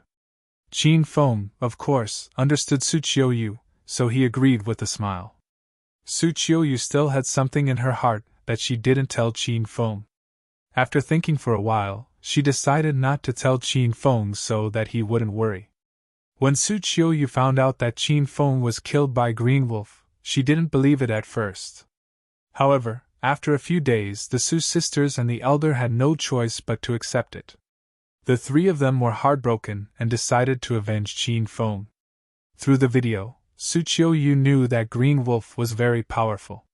Su Qiuyu was prepared to sell the Su family's business and spend a lot of money to hire the Golden Assassin Crew, a top international assassin organization, to assassinate Green Wolf. Both parties were in the final stage of their negotiation when Su Qiuyu suddenly received a call from Qin Feng. She learned that Qin Feng was still alive. After hanging up Su Qiuyu's call, Qin Feng hastily called the other women. He was afraid that these women would also think that he was dead and think of avenging him. Lu Bingbing, Su Xiatian, Lu Xiaojia, and even Li Yuchen called him. Suddenly, Qin Feng thought of Han Ying, but he couldn't call her. Then, he thought of Su Ruoro and Yin Xiao. He wanted to call them, but he couldn't reach them. Qin Feng wanted to call Rao Sherman, but he decided not to. Rao Sherman was getting more and more popular, so she must be very busy. Qin Feng hadn't contacted her for a long time. Did Rao Sherman still remember him? 8 years ago, they met by chance at the Lotus Lake. Could that pure and innocent relationship last until now? Qin Feng was a little depressed. He realized that his strength was still too low. He wanted to protect his family, women, and friends, but he felt powerless. Qin Feng swore in his heart that he must break through as soon as possible and become more powerful. Qin Feng cast aside his messy thoughts and opened the Martial Artist Alliance's personal cell phone. He remembered that when he was in Acropolis City, he received a group mission from Hua Yin. He was to search for treasures in an ancient martial ruins. This mission piqued Qin Feng's interest. He wanted to forge a cosmic flying sword, but he lacked a lot of materials. Perhaps he could find some treasures in the ancient martial ruins. Ding! Ding! As soon as he unlocked the Martial Art Alliance's cell phone, his mind went wild. Qin Feng looked at it, and saw that most of the messages were from the Martial Art Alliance. There were also messages from Hua Yin, Xiao 11th Lang, and Lu Jie. Green Wolf, I've seen through you. We walk different paths from now on. Hua Yin added a row of angry and knife-like emojis at the bottom of the message. Qin Feng was confused by her words. Boss! Where have you been? Come back quickly. Everyone is looking forward to seeing you. Boss, can't you give me a fuck? The principal of Provincial Capital University has withdrawn your expulsion document and invited you back to teach. Can you say something? Lu Jie's message was to persuade Qin Feng to return to school. Then, there was a private message from Xiao 11th Lang. Qin Feng had put on a good show of killing himself in Devil Beast Mountain. One reason was to deceive others and change his identity. The second reason was to complete the mission given by Xiao 11th Lang, gain his trust, and reveal his true identity. Qin Feng clicked on Xiao 11th Lang's message with a little excitement. Brother Green Wolf, I've received news of Qin Feng's death. Thank you for helping me complete this mission. I've already transferred the reward points to your account. The physical reward is in the Martial Artist Alliance's warehouse. Please check it. Xiao 11th Lang's message mainly talked about the mission and did not mention anything else.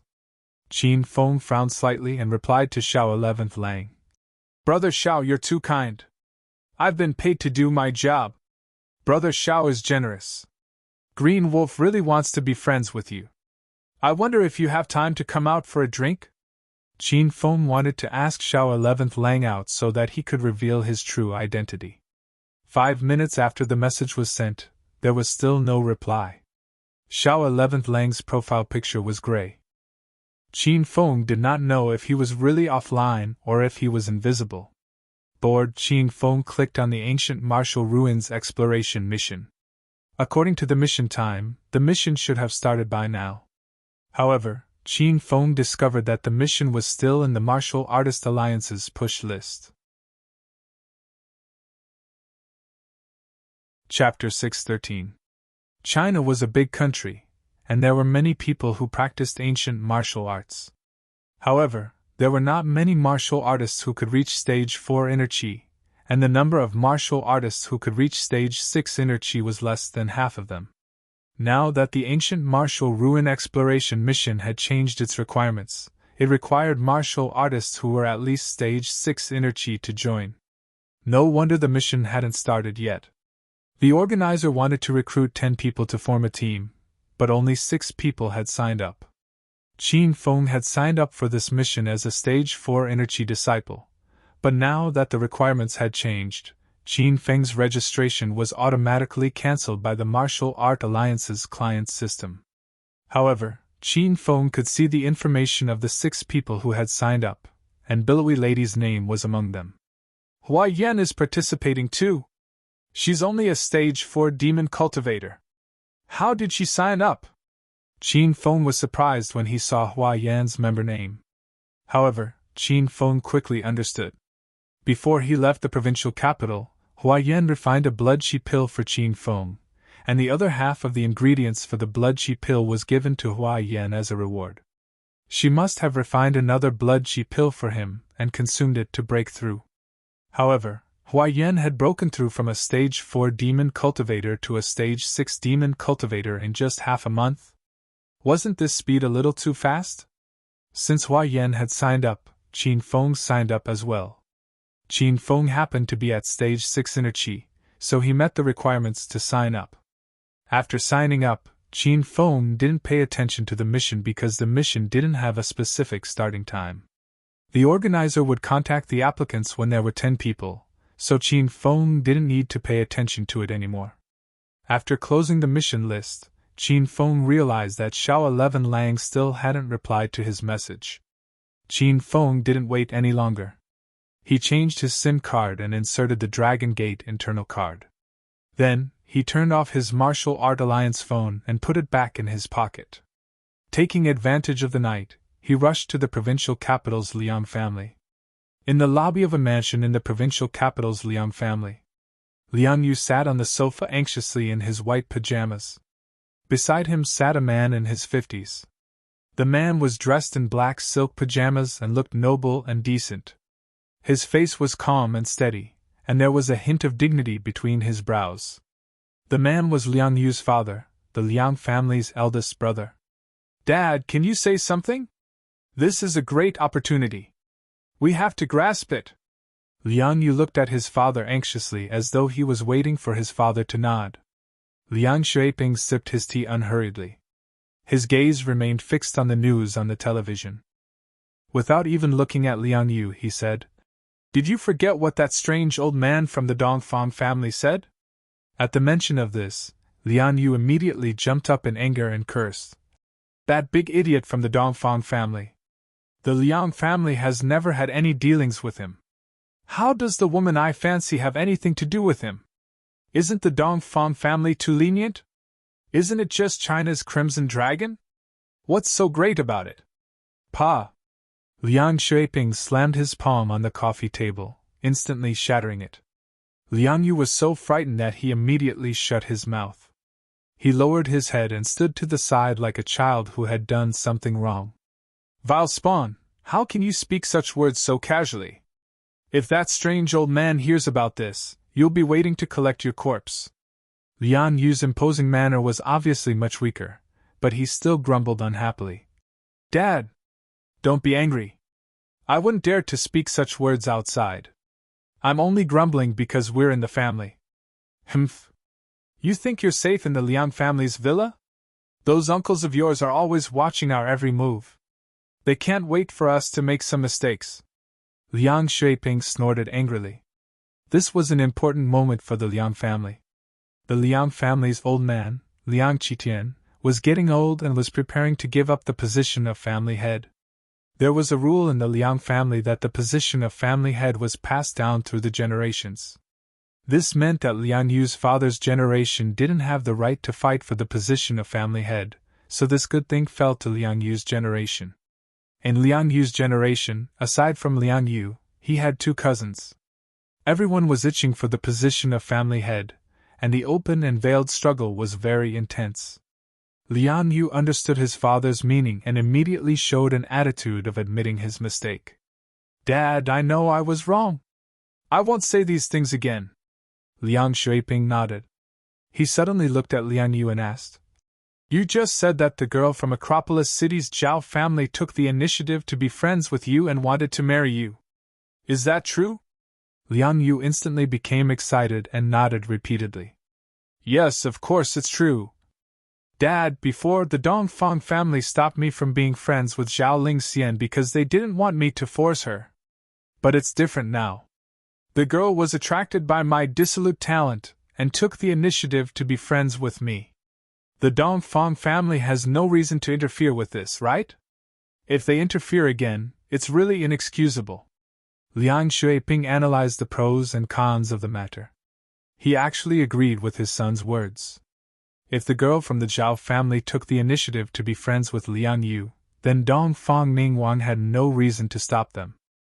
Seeing his father's attitude soften, Liang Yu suppressed the excitement in his heart and continued to say, Dad, you just said that this is a special time. Second uncle and third uncle are all eyeing the position of family head. If we keep biding our time, we'll fall into a disadvantageous situation. Although Acropolis City is a small place, the Zhao family's medical corporation isn't small. Even the capital's major medical stores are selling the Zhao family's main products. If I can marry Zhao Lingxian, wouldn't I have a strong backing for my fight for the position of family head? When Grandpa is happy, the position of family head will naturally fall onto my head. This is a good thing that kills 2 birds with 1 stone. Liang Shuiping naturally knew this was a good thing. He didn't express his opinion before because he was worried about the Dongfang family's attitude, and because he wasn't sure if his son's words were true or false. Now that he saw his son's solemn and confident expression, it seemed that he wasn't lying. Even Liang Shuiping was moved by this marriage. Dad! Why don't you say something? If you agree, I'll go to Acropolis City tomorrow to give the betrothal gifts. Once Liang Yu thought of Zhao Lingxian's beauty and wonderful figure, he couldn't help but urge his father. Liang Shuiping finally nodded. Just as he was about to speak, a cold voice suddenly came from outside the door. No need to ask. I'll make the decision for your old man. You can't have an affair with a woman from the Zhao family. At the same time, you can't find a woman from any other family. To put it simply, you'll be single for the rest of your life and be a single dog for the rest of your life. The voice came so suddenly that Liang Yu and Liang Shuiping jumped in fright. The 2 of them immediately looked towards the entrance of the villa. A strange person wearing strange clothes and a frightening wolf mask stood at the door. Liang Yu was so scared that he almost fell on his butt. You! Who the fuck are you? You dared to trespass on my Liang family's sacred land? You're looking to die, brat. Liang Yu was so scared that his heart raced, but he quickly calmed down. This was the Liang family's base of operations, and there were skilled guards all around. How could Liang Yu be afraid of this wolf-masked strange person in front of him? What did this brat just say? You won't let me find a woman and want me to be a single dog for the rest of my life? Is there something wrong with your fucking brain? Qin Feng ignored Liang Yu and walked into the living room, minding his own business. He sat down on the sofa and leisurely crossed his legs as if he was in his own home. Liang Yu was so angry that he wanted to die. He was about to go out and call for the guards. After Liang Shuiping saw Qin Feng, his expression changed again. Finally, his entire face was as pale as a sheet. He jumped up with a whoosh and didn't dare to sit with Qin Feng. As a hedonistic young master in the capital, Liang Yu idled around all day, picking up girls and squandering. He didn't care about China's martial arts world and didn't know what Green Wolf looked like. However, Liang Shuiping knew Green Wolf. The entire China's martial arts world knew Green Wolf. The video of Green Wolf's battle at Devil Beast Mountain a few days ago was too terrifying. He defeated the Southeast's Tiger Yuan Fu and the capital's Tiger Qi Wan Jun all by himself. He was a mysterious man, a godlike man. He was the man of One Piece. At this moment, this strange man was sitting on the sofa in his home. Liang Shuiping didn't even know when he came in. The Liang family's villa was surrounded by expert guards, but Green Wolf came in without anyone noticing. He didn't even cause a commotion. Senior Green Wolf, why are you here? Liang Shuiping was a stage 5 energy expert, but he couldn't see through Qin Feng's strength. This made Liang Shuiping even more fearful of Qin Feng. He didn't dare to be careless. Liang Yu walked to the door and was stunned by his father's actions and words. He looked at the strange man sitting on the sofa with an expression of dementia. Him? This is Green Wolf? Stinking brat, what are you standing there for? Come and greet Senior Green Wolf. Liang Shuiping angrily yelled at his son. Liang Yu still hadn't regained his senses. He walked to Qin Feng's side in a daze and asked after a long time, Dad, why did you call him Senior? I know this brat. He dared to threaten me on the Martial Art Alliance app. I was going to find time to settle the score with him, but I didn't expect this brat to deliver himself to me. God is really on my side. Slap. Liang Yu was sent flying by Liang Shuiping's slap before he could finish. Liang Shuiping was so angry that he wanted to curse. God is on your side. Liang Yu fell to the ground, and his face was swollen. He covered his face and looked at his father in astonishment. He still couldn't figure out what was going on. Dad, why did you hit me? Do you have Alzheimer's disease? Liang Shuiping's anger, which had just subsided, suddenly flared up again. He kicked Liang Yu and sent him flying. Liang Yu was beaten so badly by his father that he didn't even have a chance to retort. Liang Shuiping was also sullen. He knew that if he didn't teach his son a lesson, his son would be gone when Green Wolf attacked. Xiao Liang, that's enough. He's just a wild dog. Why do you have to lower yourself to his level? Qin Feng suddenly said when he saw this. Although Liang Shuiping couldn't see Qin Feng's face, he could tell from his voice that Qin Feng was about the same age as his son. Liang Shuiping was quite sullen to be called Xiao Liang by a junior. This person even called his son a wild dog? Then wouldn't he be an old wild dog? Liang Shuiping was very angry, but he didn't dare to show it. He had seen the video of Green Wolf abusing Capital's Tiger Qi Bo. This fellow was vicious and merciless. He killed without batting an eye. Liang Shuiping didn't even dare to call for the Liang family's door to come in. He was afraid that if he made a sound, he would be killed by Green Wolf in the next second. Even though he was called an old wild dog, Liang Shuiping still had to smile and curry favor with Green Wolf. Senior Green Wolf, my rascal is ignorant and doesn't know about your great achievements. You are a magnanimous person, so don't lower yourself to his level. That's right, why did Senior visit so late at night? Is there anything I can do for you? Chapter 614. Liang Shuiping was so nervous that his entire body trembled. Qin Feng, on the other hand, leisurely crossed his legs as if he was on vacation. HP //7736F742E6F% 6 Qin Feng said he would visit the Liang family tonight, so he would definitely come. Moreover, Qin Feng had used Green Wolf's identity to come here. He thought that everyone in the Chinese martial arts world would know about Green Wolf's battle at Devil Beast Mountain. Qin Feng also wanted to know what position Green Wolf held in the eyes of these large families. Seeing Liang Shuiping's reaction, Qin Feng finally knew how powerful his reputation was. Ahem. Xiao Liang, don't be nervous. I just came out for a walk at night and happened to come to your Liang family's side courtyard. Xiao Liang, you won't not welcome me, right? Liang Shuiping's entire body trembled violently. He hurriedly smiled and said, "Haha, why would I? Why would I?" Qin Feng nodded his head in satisfaction and continued, "I didn't come here for anything important. I just wanted to tell you and your son that I can't stand your son. He's not allowed to interact with any women in the future. If I find out, think about the consequences." Qin Feng let out a cold laugh. His laugh seemed to float out from the depths of hell, and it gave Liang Yu and Liang Shuiping goosebumps. Liang Yu was lying on the ground on the side. He was in so much pain that he couldn't get up. Although he didn't know what Green Wolf represented, judging from his father's fear of Green Wolf, Liang Yu knew that he had kicked a nail this time.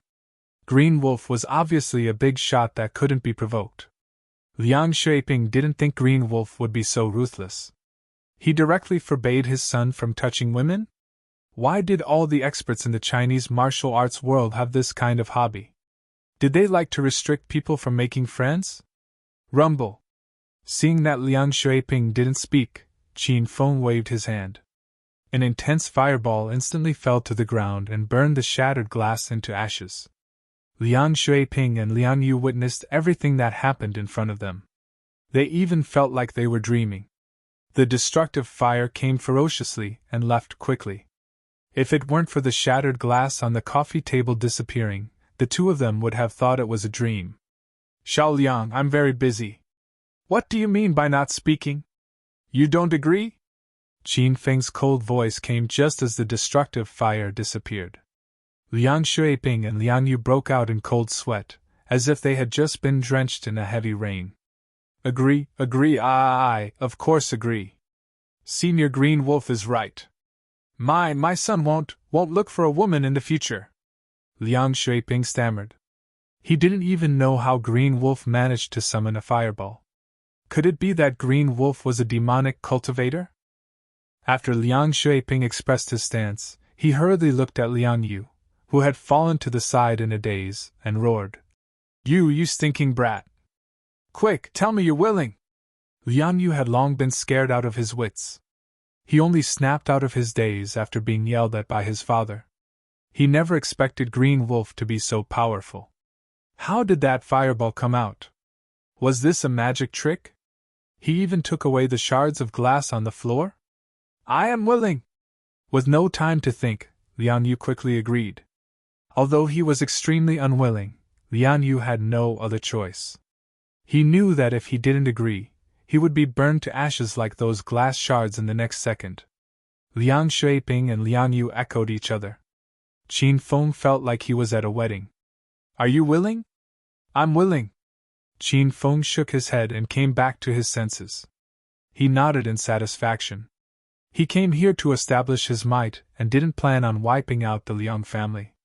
After all, this was the capital, and the Liang family was one of the 5 small families in the capital. If such a large family was wiped out in one night, he was sure the government would come out to investigate. Perhaps the Dragon Gate would come out to investigate. If that happened, Qin Feng would be in trouble again. Not bad, not bad. I'm very satisfied with your choices. However, I hope you weren't just talking tonight. Otherwise, don't even think about talking in the future. After Qin Feng received a satisfactory answer, he suddenly stood up. His every move could scare Liang Shuiping and Liang Yu half to death. "No, that won't happen. My son will definitely abide by Senior Green Wolf's teachings and won't come into contact with women again," Liang Shuiping said shakily. Liang Shuiping said with a trembling voice. Then, he glared at Liang Yu in the corner. Before Liang Shuiping could speak, Liang Yu also hurriedly declared, "Why, Senior Green Wolf, don't worry. I won't touch women. I will never touch women again." When he said this, Liang Yu's heart was bleeding. Senior Green Wolf, did you have any other orders? Just say it, we'll definitely do it." Seeing that his son also declared his stance, Liang Shuiping immediately started to curry favor with Green Wolf. He was deeply afraid that Green Wolf would suddenly throw that terrifying fireball. "If there's nothing else, and it's getting late, I'm leaving." When Qin Feng's voice fell, he immediately bought an invisibility talisman from the system and instantly disappeared into the night. Liang Shuiping and Liang Yu stared dumbfoundedly at the empty room. The night wind blew on their faces, telling them that this wasn't a dream. However, how did Green Wolf, who was standing in the room a second ago, suddenly disappear? After a few minutes, "Dad, did that person leave?" Liang Yu asked carefully. Liang Shuiping was also sweating in his heart. He softly yelled around the room. "Senior Green Wolf, Senior Green Wolf. Hey, are you still there?" After yelling a few times and not hearing a reply, Liang Shuiping's body went limp and he directly sat on the ground. The pressure that Green Wolf gave him was truly too great. "Dad, who the hell was that guy? He actually dared to break into our Liang family's villa in the middle of the night. Why didn't you call the guards to kill him?" Knowing that Green Wolf had left, Liang Yu became arrogant again. He crawled to his father's side and yelled curses. Liang Shuiping's heart, which had just calmed down, instantly jumped to his throat. He slapped Liang Yu's face and wanted nothing more than to slap this evil creature to death. "You bastard, hurry and shut up. Look at what you've done. Of all the people you could provoke, you had to provoke Green Wolf. You're going to fucking kill me." Liang Yu felt dizzy from the slap, but he didn't dare to complain. He carefully asked, "Dad, who the hell is Green Wolf? Why are you so afraid of him? Even if his skills are a bit strange, our Liang family has many experts. Can't we defeat him alone? You brat, what do you know? A few days ago, Green Wolf crippled Shi Wanjuan's power on Devil Beast Mountain and defeated Southeast Tiger Yuan Fu. Do you think any expert in the Liang family can defeat him? Why don't you go?" Even if Liang Yu didn't pay attention to the Chinese martial arts world, he had heard of the famous seniors of the 9 Dragons and 5 Tigers. Knowing that Green Wolf crippled Jinghu Hu, Liang Yu no longer felt angry. A layer of cold sweat appeared on his forehead, and all that was left was fear. "Dad, then what should we do?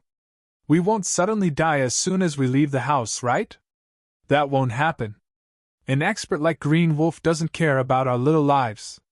If he really wanted to kill someone, he would have done it already.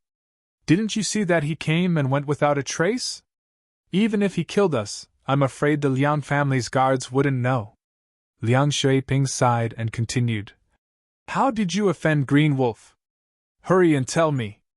Liang Yu knew the severity of the situation and didn't dare to hide anything. He told Liang Shuiping about how he helped Zhao Lingxian get Green Wolf's phone number, and how he argued with Green Wolf on the Martial Arts Alliance app. Liang Shuiping was so angry that he slapped Liang Shuiping a few more times. "You evil creature, I'm going to die from anger because of you. Don't touch Zhao Lingxian in the future, and don't tell anyone in the family about this.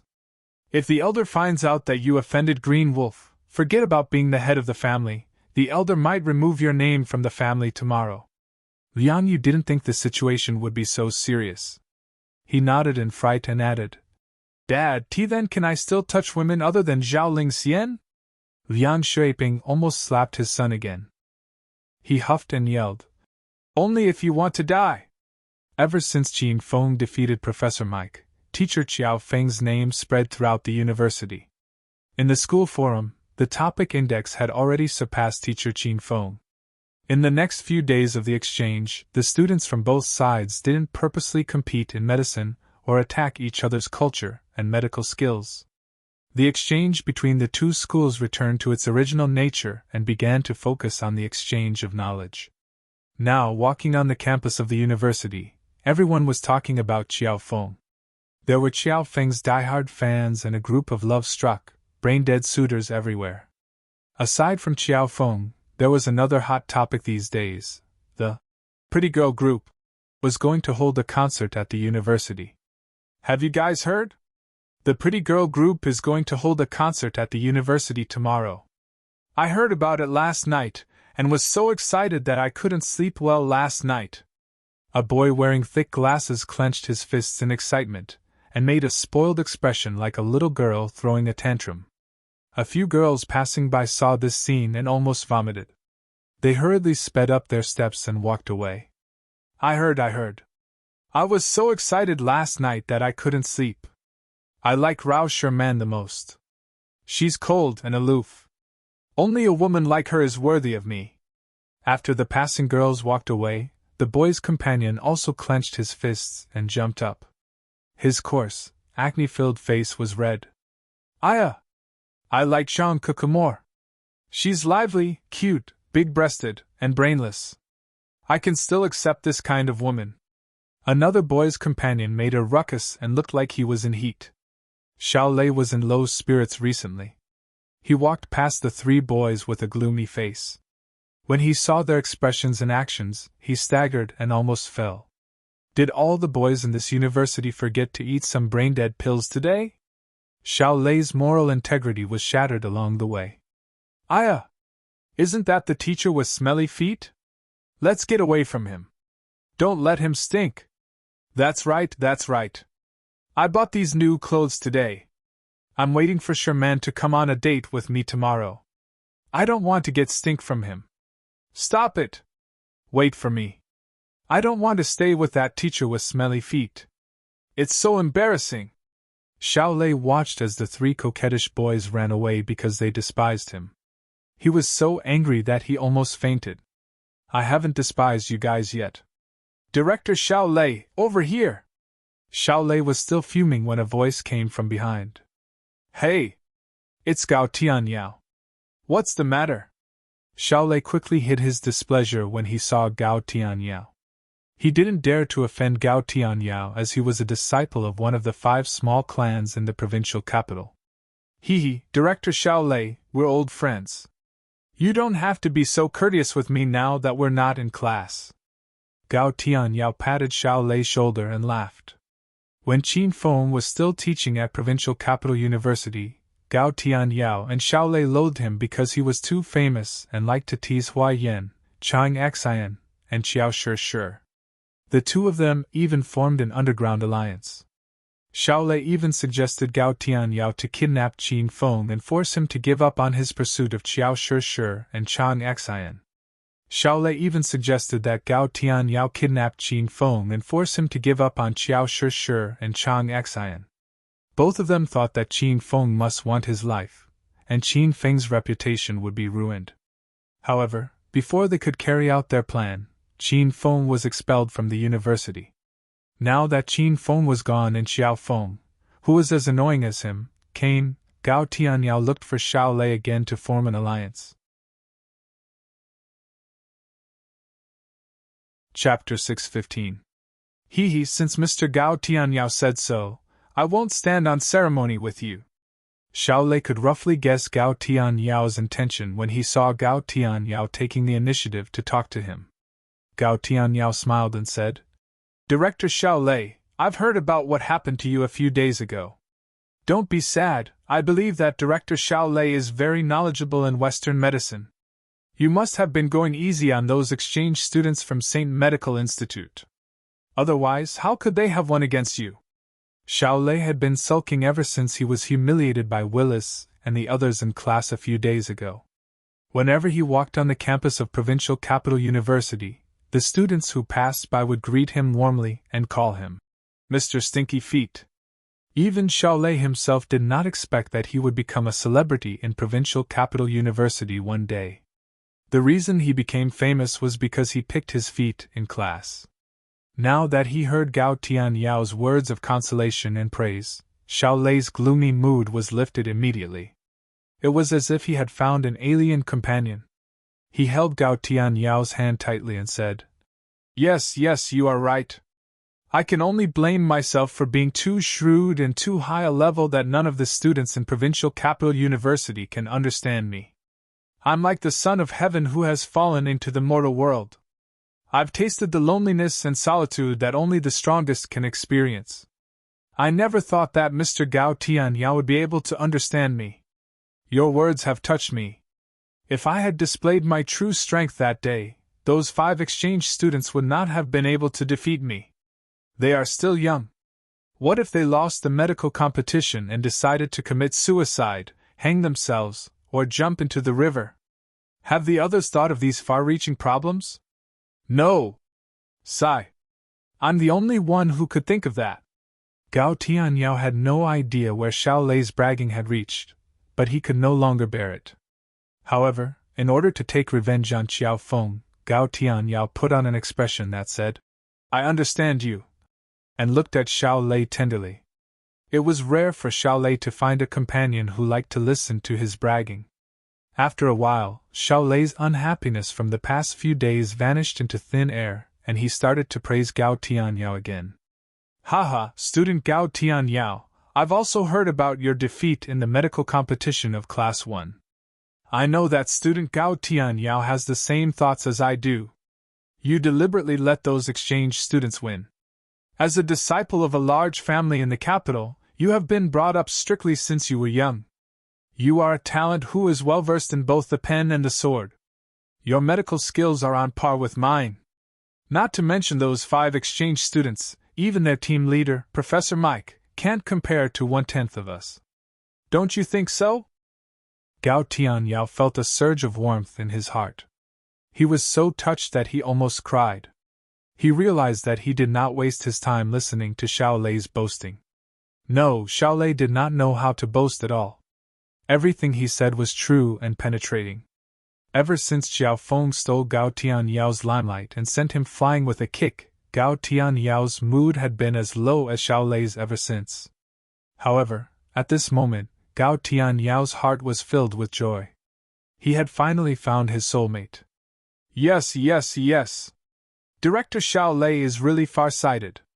You managed to see through my deep concealment. I'm a little embarrassed. Xiao Lei waved his hand and said in a serious manner, "Hey, I'm here to help you. Gao Tianyao, you don't have to be so humble. Others may not understand us, but we understand each other. How can an ordinary person understand our strength and talent? It's so lonely to be invincible." Haha. Director Xiao Lei is right. It's one of the happiest things in life to be able to find a soulmate like Director Xiao Lei.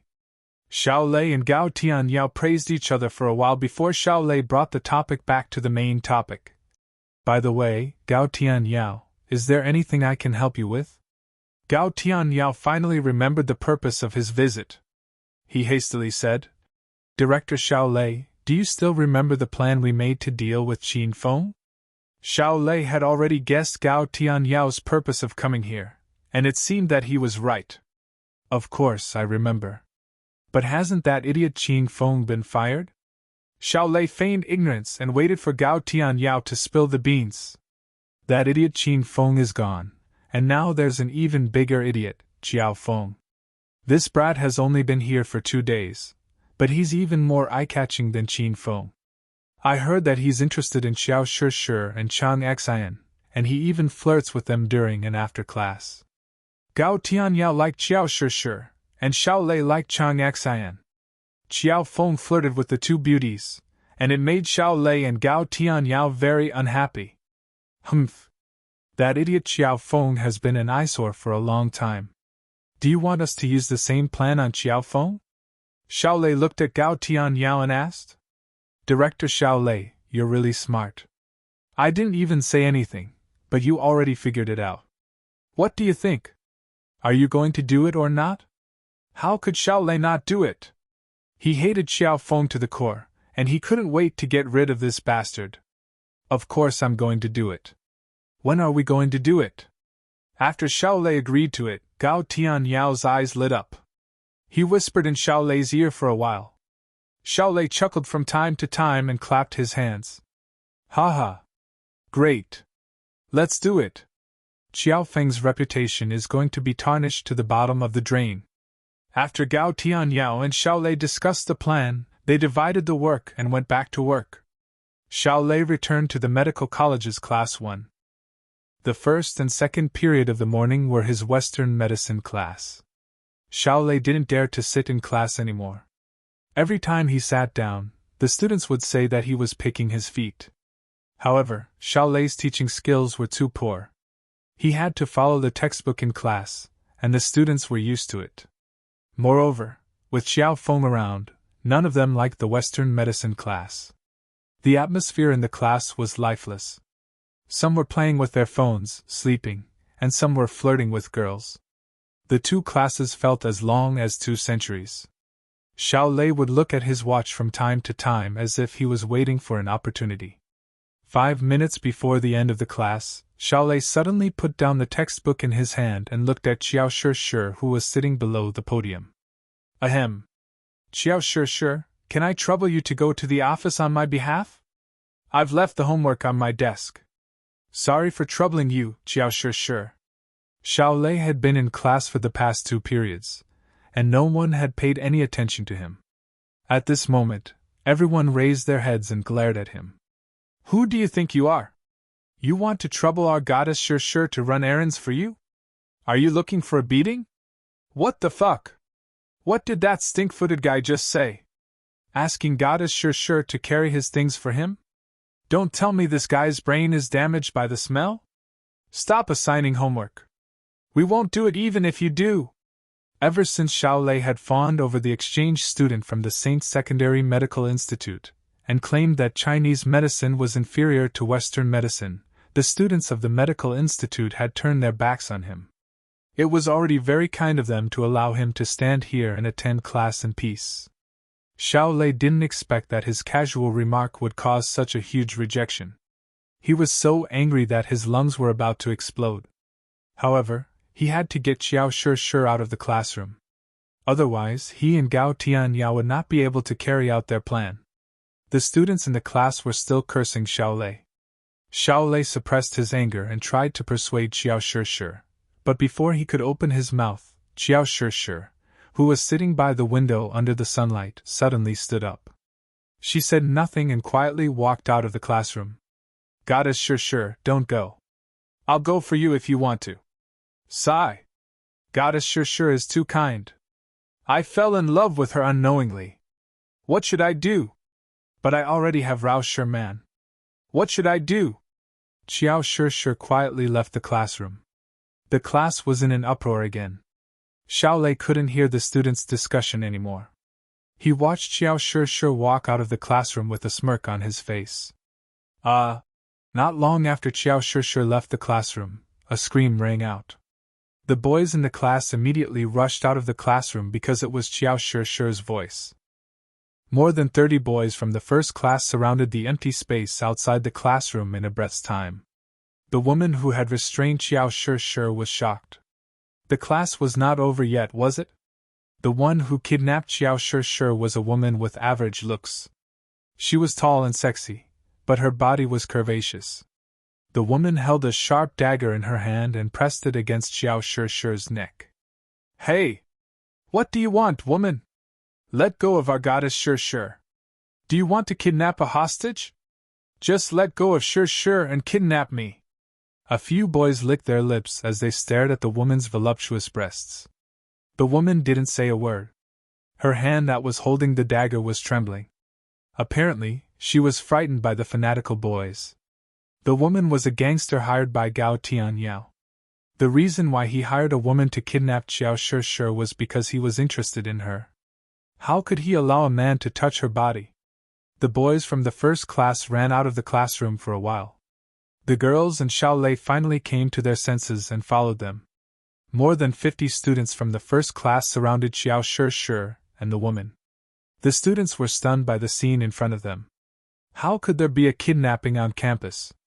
The commotion was so loud that the students from the second class rushed out of the classroom. The students from the other theaters who were skipping classes also came to the scene. Some teachers who were taking a stroll also came to the scene. The exchange students and lecturers from the Saint Second Med University also came to the scene. Some of the university leaders thought that there was a gang fight, so they quickly came to the scene. Many stray dogs on campus also came to the scene. No one knew how much time had passed since Qiao Shi's scream, but there were already 400 to 500 people gathered outside the classroom, and the number was increasing rapidly. Qiao Shi was still in a daze. She couldn't figure out why the woman behind her wanted to kidnap her. The woman in the brown leather coat was also in a daze. She thought, what kind of woman did I kidnap? Xiao Lei and Gao Tianyao were standing in 2 corners of the crowd. They looked at each other with sinister glints in their eyes. Their plan was progressing smoothly. They were not afraid of the crowd because the more people gathered, the more embarrassing Xiao Feng would be. Buzz! Buzz! Buzz! Xiao Lei's phone vibrated. He opened the message from Gao Tianyao and asked, "The crowd is almost here. Where's Xiao Feng?" Xiao Lei quickly replied, "Xiao Feng has 3 or 4 classes in the morning. He'll be here soon." Gao Tianyao calmed down after he read Xiao Lei's message. At this time, a tall and sturdy figure was walking toward them. Beside Qin Feng was a tall and beautiful woman. It was none other than teacher Chang Xian. Qin Feng was joking around with Chang Xian. Chang Xian furrowed her brows and quickened her pace. It was obvious that she didn't like Qin Feng. Chapter 616. Is there a person named Xiao Feng in your school?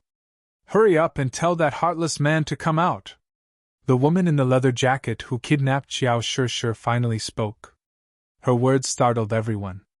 Read the latest version of this book. Oh no! Professor Xiao Feng has cheated a woman of her body, and she has come to our school.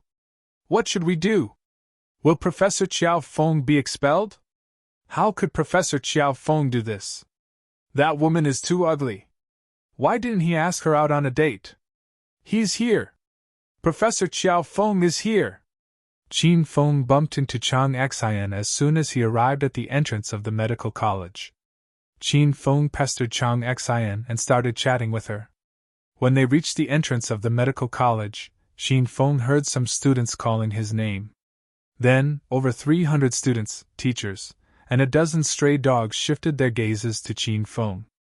Qin Feng jumped in fright. He wondered if these people were going to rape him. Even if they are going to rape me, why are there a dozen stray dogs among them?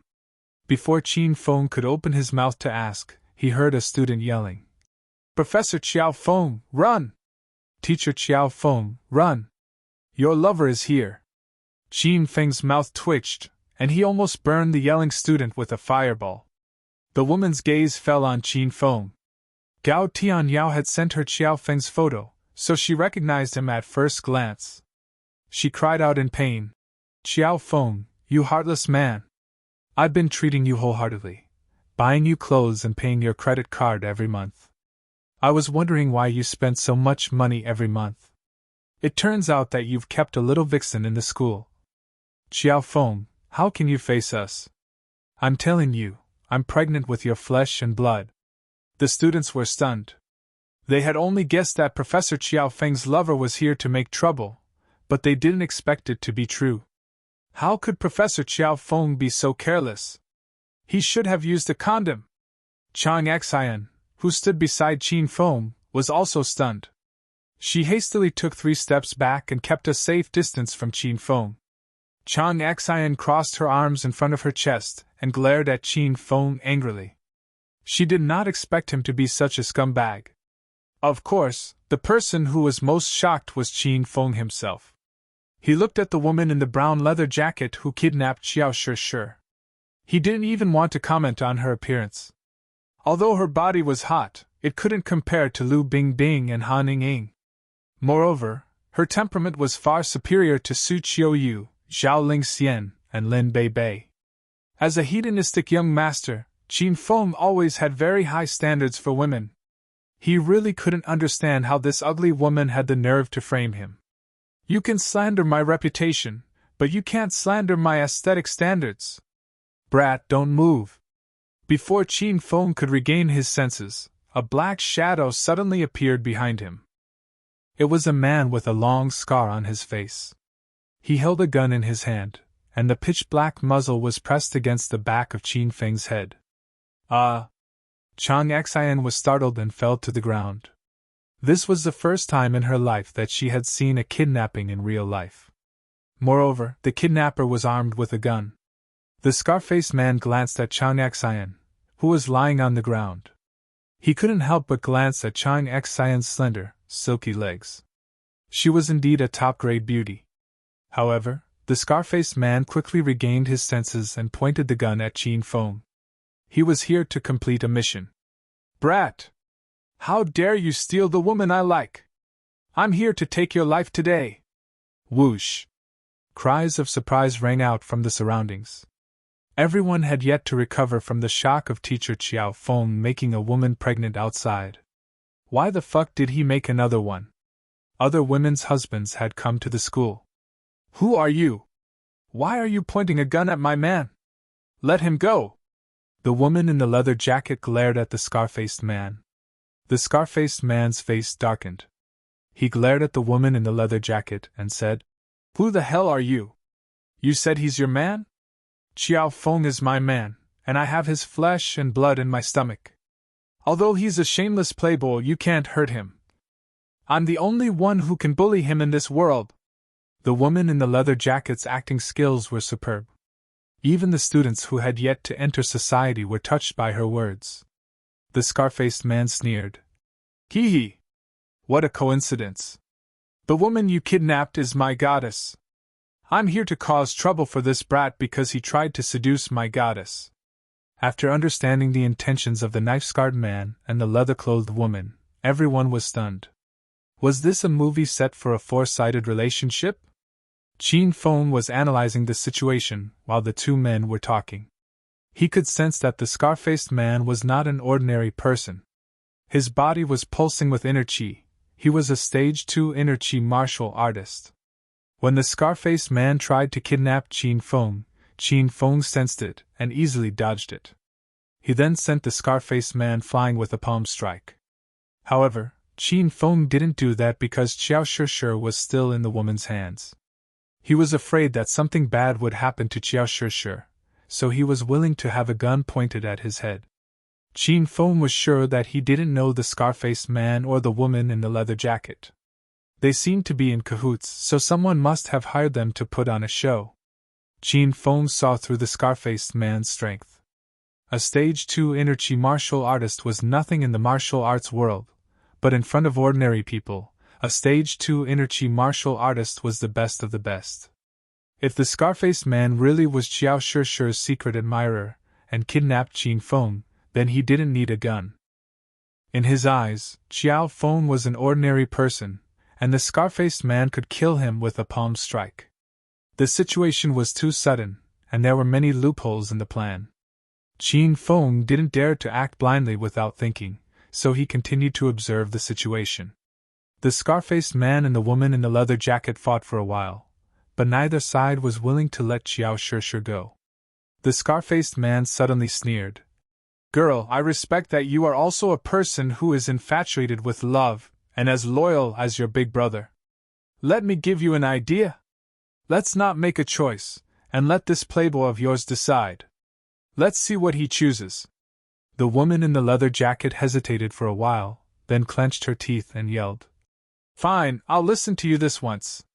The scar-faced man's face was filled with a wicked smile.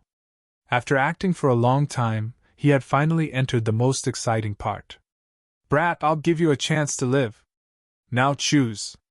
Do you want to live, or do you want Xiao Shishir to live? 2 lives, choose one.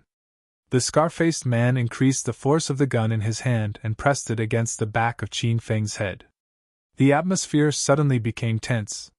Were these people crazy? Ha ha! Big brother, this is a good idea.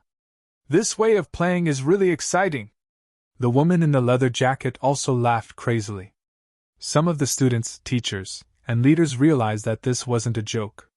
They were really going to kill someone. Some of them secretly took out their cell phones and prepared to call the police. You damned old man in the crowd, what the hell are you doing? I'm telling you, if anyone dares to secretly touch her and call the police, I'll kill them first. The scar-faced man pointed his gun at the crowd, scaring the students into screaming. Many of them were already squatting on the ground, holding their heads in their hands. They were just kids. At this moment, those who secretly took out their cell phones secretly put them back into their pockets. The scar-faced man retracted his hand and continued to press the gun against Qin Feng's head. He said in a deep voice, Brat, I'll give you 3 seconds to think about it. Don't you like Xiao Shishir? Now is the time to show your true love. Do you want her dead, or do you want to live? Qin Feng hastily said. Don't shoot me first. I'm a teacher in this school, and my students like me very much. Why don't I find another student to exchange for me and help you find a new hostage? Qin Feng's gaze fell on the students. None of them stepped forward to exchange for Qin Feng as a hostage. Instead, all of them took 3 steps back in unison. Ha! How can you be a good teacher in the eyes of the students? Bullshit! Don't waste my time.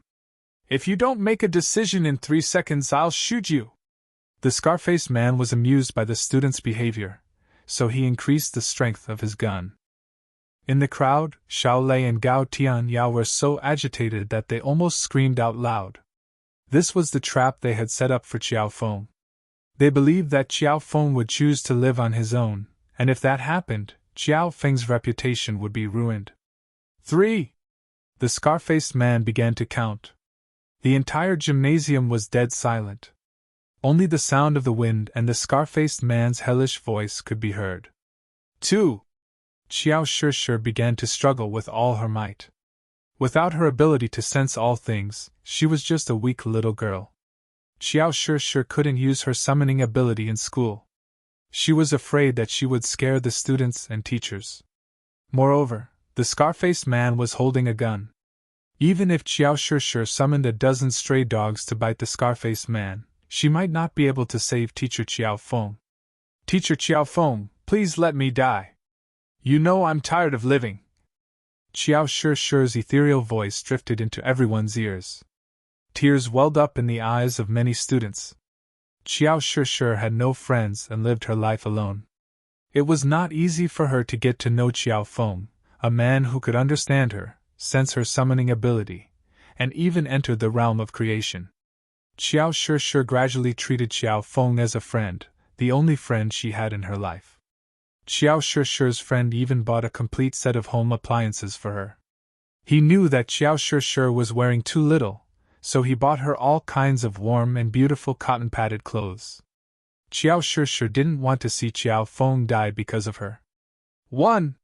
The scar-faced man didn't seem to hear Xiao Shishir's cry. Everyone's heart was in their throats. Whether it was teacher Qiao Feng or Xiao Shishir, they liked both of them very much. If they had to die alone, they hoped that teacher Qiao Feng would die. Stop right now! I'm the principal of Provincial Capital University, Wang Zhonghua. My friend, please don't be impulsive. This is just an emotional dispute. We can sit around a mahjong table and peacefully play mahjong while we solve this problem. Why do we need to use a gun? Wang Zhonghua was so scared that he jumped out. He had no choice but to step forward because he, as the principal, would bear the greatest responsibility if there was a murder in the school. When the scar-faced man learned that the person who jumped out was the principal, he couldn't remain calm. His gaze drifted into the crowd and looked in Gao Tianyao's direction. Gao Tianyao didn't expect Wang Zhonghua to come here for no reason. However, since the situation had developed to this point, Gao Tianyao wouldn't give up so easily. He shook his head at the scar-faced man. Stupid old man, I don't care who you are. If you dare to talk nonsense again, I'll shoot you first. After receiving Gao Tianyao's order, the scar-faced man became arrogant again. He aimed the black muzzle of his gun at Wang Zhonghua. Wang Zhonghua was so scared that he fell to the ground. Don't shoot. Everything can be discussed. Everything can be discussed. Wang Zhonghua saw that he couldn't persuade the kidnapper, so he didn't dare to say anything else. After all, he only had one life, and no one wanted to die just like that. The atmosphere in the gymnasium became even more oppressive. Xiao Shishir burst into tears and shook her head with all her might. When the scar-faced man saw that more and more people had gathered, he lost his confidence. He wanted to end the performance as soon as possible. P.S. Thank you, little friend Xin Yen, for your tips. Thank you, big brother Uncle Not Cute, for your tips. His monthly votes have been a bit dismal these past 2 days. He's been hanging at the 10th place on the monthly votes ranking, and it's going to drop any time. Friends who have monthly votes, please vote for him. Give him some motivation so that he can perform better. Chapter 617. Bastard, my patience is limited. I'll give you one last second to think. If you don't make your choice, I'll make the choice for you. I'll shoot you dead and be done with it. Scarface's cold voice echoed in the field. Everyone broke into a cold sweat for Professor Chiao Feng. Arg! Kill me! Hurry up and kill me! How can I watch my student die in front of me? As a responsible teacher, I don't care if I die. I'll be a hero again after 18 years. My glorious history will be remembered by the students, and my heroic deeds will be recorded in the history of Provincial Capital University. Kill me, Chiao Shi. I hope I can meet you again in my next life. Don't feel guilty because I'm your friend, and I'm very happy. Qin Feng's crazed screams touched the hearts of thousands of students. 2 streams of tears rolled down Chiao Shi's cheeks. She had never had a true friend in her life, but at this moment she knew she had a true friend. Unfortunately, this friend of hers was going to die. What a painful realization this was. Don't hurt our Professor Chiao Feng! You bastard! Let him go! Professor Chiao Feng, you can't die! You still have a lesson to teach about picking up girls. The students' cries rang in the air. The leather-clad woman and Scarface were dumbfounded. They stared at Qin Feng helplessly. The script wasn't supposed to be like this. Shouldn't this bastard be scared witless, shivering, and losing control of his bowels before choosing to live on his own? How are we supposed to continue acting if you keep changing the script? Hey! Why are you still standing there? Hurry up and kill me! Qin Feng was agitated and begged for death. Qin Feng had noticed that Scarface was a stage 2 inner chi martial artist. How could he kidnap him with a gun? Therefore, Qin Feng had already guessed that the gun was fake. Qin Feng also spotted Xiao Lei and Gao Tianyao among the crowd. When he saw their expressions change from excitement to disappointment and anger, Qin Feng could roughly guess the mastermind behind this incident and their plan. Qin Feng was grateful to Gao Tianyao and Xiao Lei in his heart. He was worried about how he could gain Chiao Shi's trust and complete the system's mission. These 2 people took the initiative to help Qin Feng arrange a bitter drama. Ding! Congratulations, host Qin Feng, for completing the quest. Obtained Chiao Shi's trust. You have successfully obtained Chiao Shi's trust and become Chiao Shi's confidant. The system rewards host Qin Feng 30,000 hedonist points and automatically activates the Heavenly Fortune Cave Pavilion. Ding! The hedonist sovereign system has issued an SSS rank quest. Help Chiao Shi complete her revenge plan and revive the Spirit Beast Master clan. The mission has no time limit. If host Qin Feng completes the mission, the system will reward host Qin Feng 100,000 hedonist points, a purple grade spiritual equipment lottery ticket, a star technology lottery ticket, and a Palace of Heroes lottery ticket. If host Qin Feng fails the mission, 200,000 hedonist points will be deducted, and host Qin Feng will not be able to access the star technology interface. While Qin Feng was thinking about Chiao Shi's mission, the system beeped. Qin Feng raised an eyebrow when he saw the new mission. Chiao Shi's revenge plan? She was such a kind girl. What kind of enemy would she have? Scarface came back to his senses. He was so angry at Qin Feng that he wanted to vomit blood. He was about to call it a day, collect his money, and go for a foot bath, but Qin Feng suddenly changed his mind. Damn it, don't talk nonsense with me. Do you want to die? I'll fulfill your wish.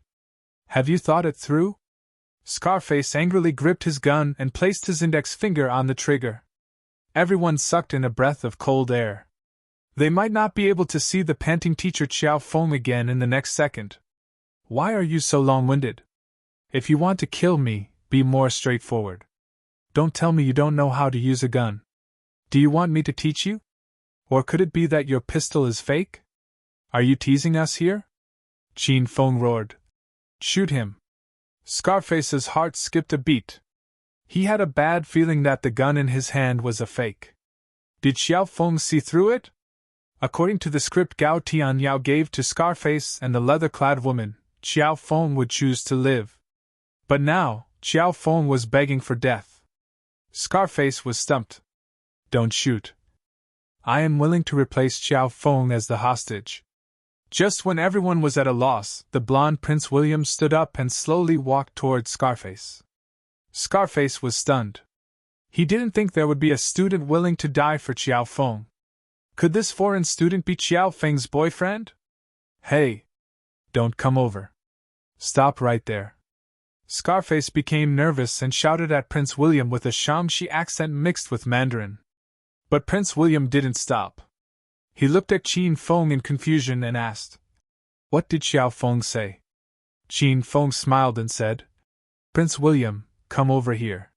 He said he's willing to exchange you for me as the hostage." Prince William believed him and quickened his steps towards the knife-scarred man. The knife-scarred man panicked and angrily glared at Qin Feng. He wanted to slap him to death. How could this person be so shameless? You idiot. Don't come over. I said don't. Bang! Before Scarface could finish yelling, he suddenly fell to the ground. Prince William withdrew his hand and smiled at Qin Feng. Teacher Xiao Feng, I must have startled you just now. I've learned some martial arts since I was young, and I can kill hooligans with one hit. Qin Feng was slightly stunned. Scarface was a Stage 2 inner chi martial artist. He didn't expect Prince William to knock him out with one hit. Prince William wasn't as powerful as he was at Ghost Mountain. It seemed that this brat had broken through again. But the William family was a clan of mutants. Prince William's attack was very strange. Qin Feng saw a blue light flash in Prince William's palm as if it was covered with a layer of ice. Qin Feng's heart was heavy. It seemed that this mission was more difficult than he imagined. Xiao Feng?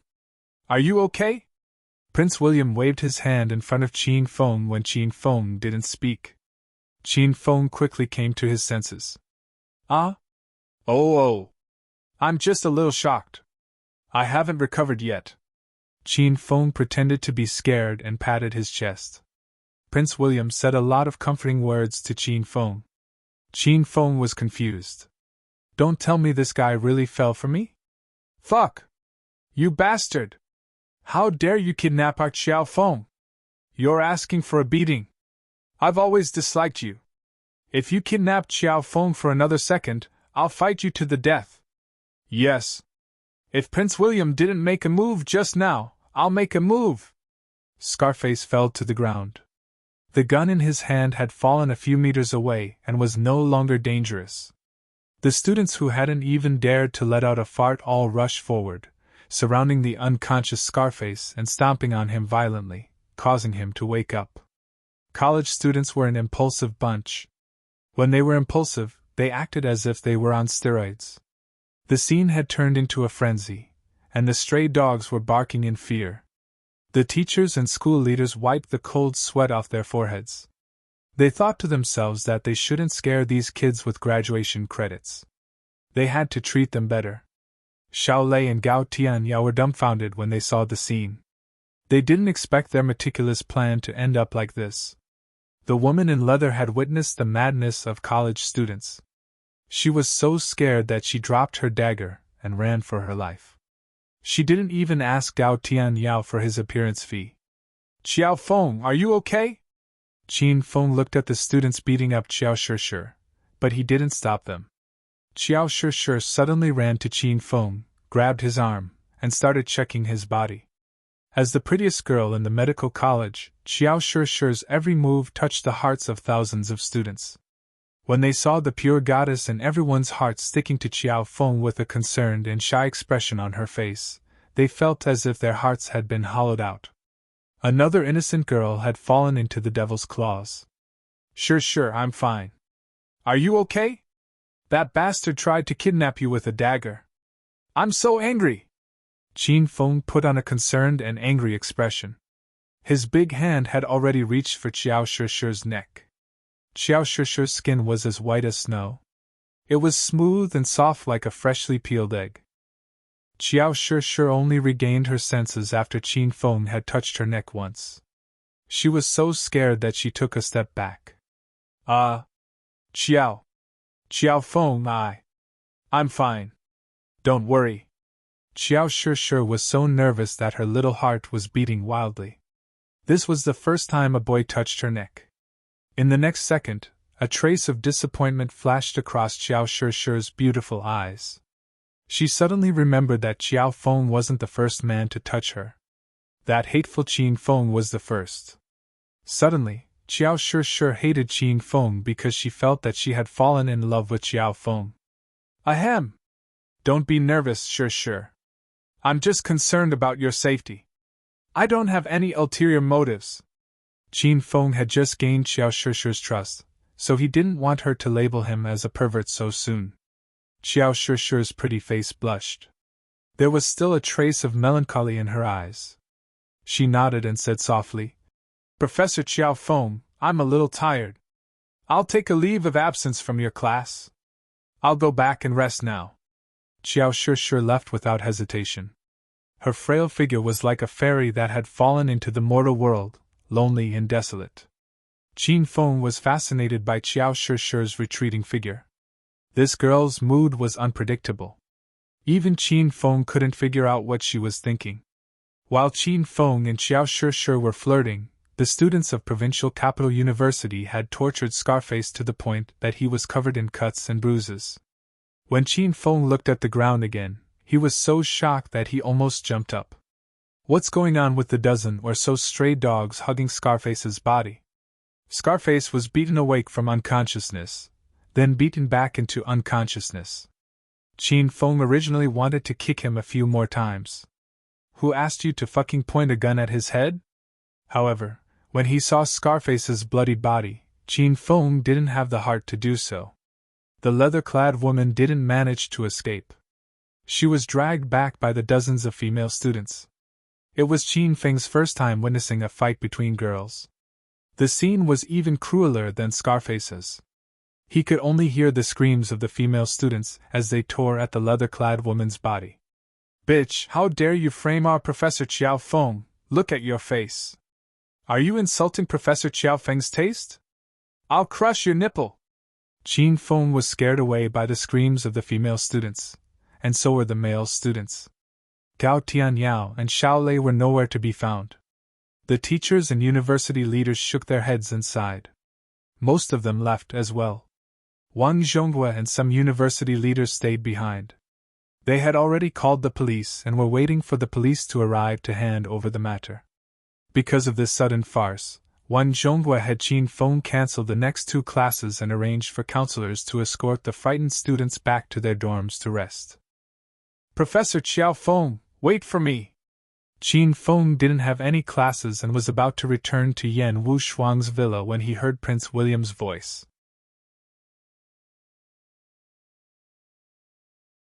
Chapter 618. Qin Feng stopped and turned to look at Prince William. Prince Wei, what's the matter? Prince William stopped in front of Qin Feng and looked at Qin Feng in surprise. He had stepped forward to save Xiao Feng's life when thousands of students had retreated. How could teacher Xiao Feng act as if nothing had happened? He didn't even say a word of thanks? As if sensing Prince William's confusion, Qin Feng smiled apologetically and said, By the way, Prince Wei, thank you for saving me just now. However, teacher Xiao Feng is a clean man and only earns a meager salary every month. Even if you asked me to borrow money, I don't have it. Prince William's mouth twitched violently. What was he talking about? The reason why Prince William saved Qin Feng this time was to curry favor with him. A few days ago, Professor Mike had told Prince William about Xiao Feng's importance. If he could bring Xiao Feng back to the William family's base and have him serve the William family, then the William family's strength would increase rapidly.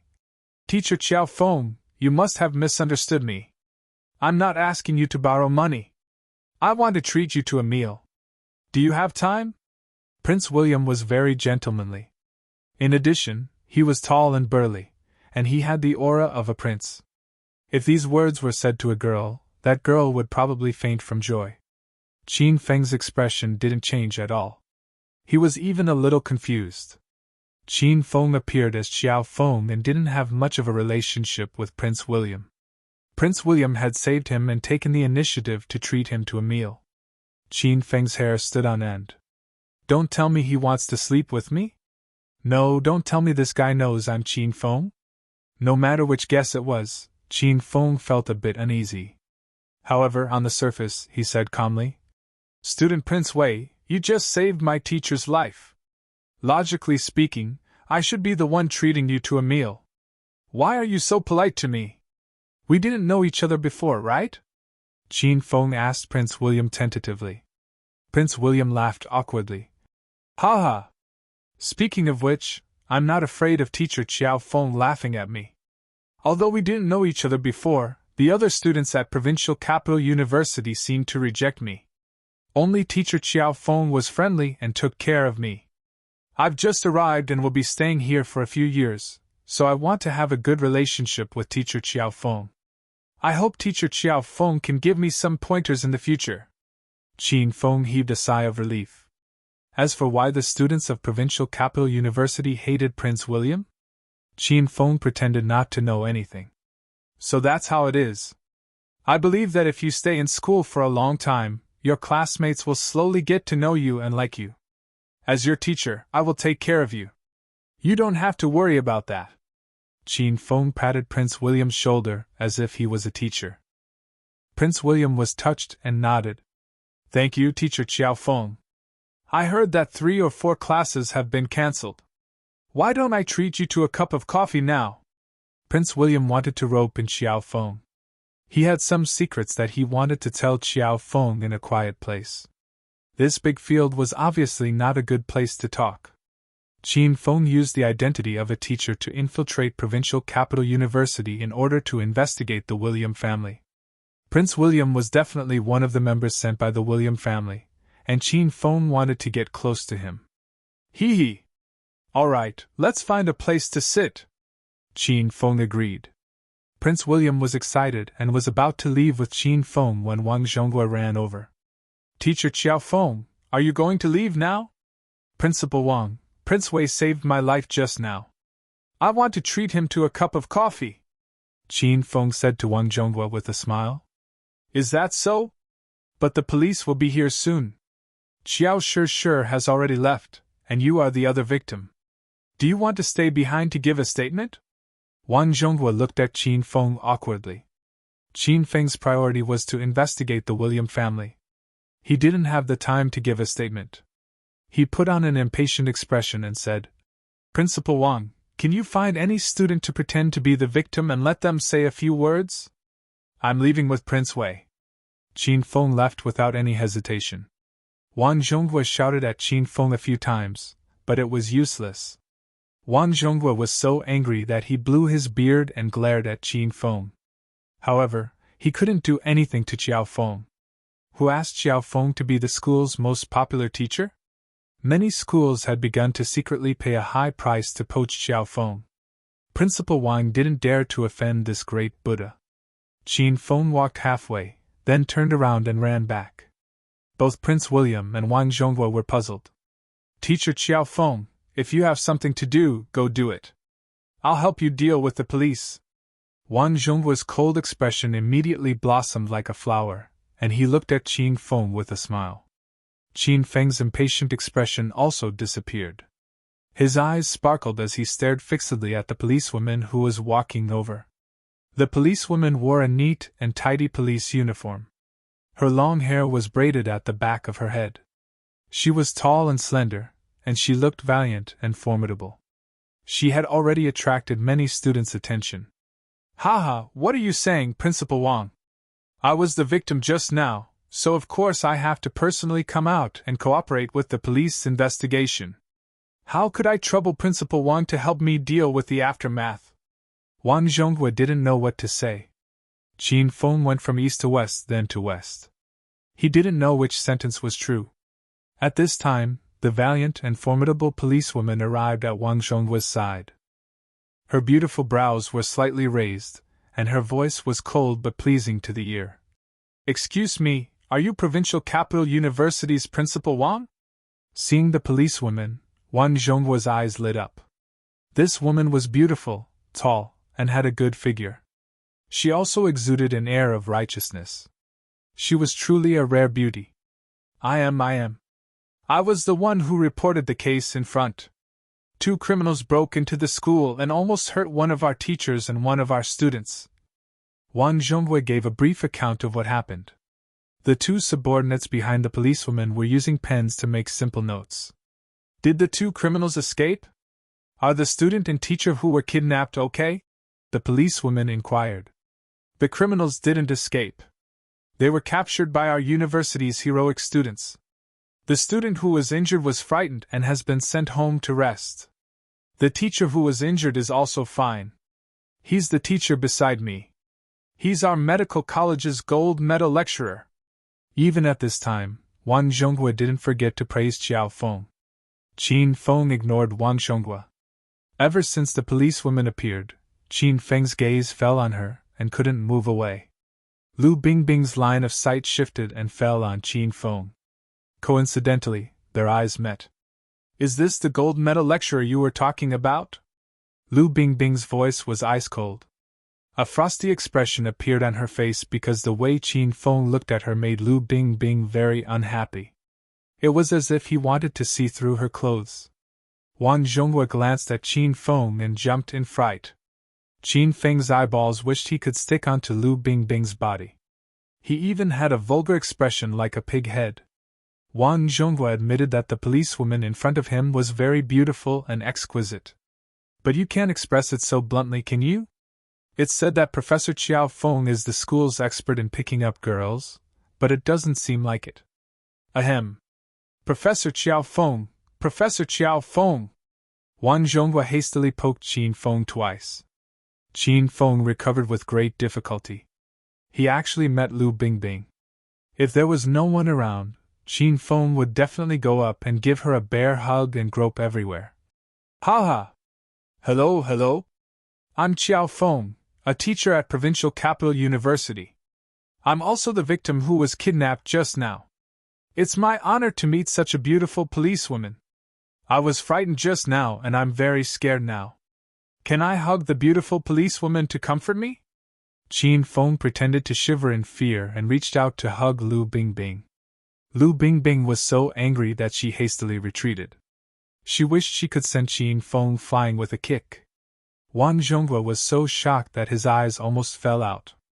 Qin Feng was still alive and kicking a moment ago, and even had the mood to invite Prince Wei for coffee. But now, he's scared like a little rabbit.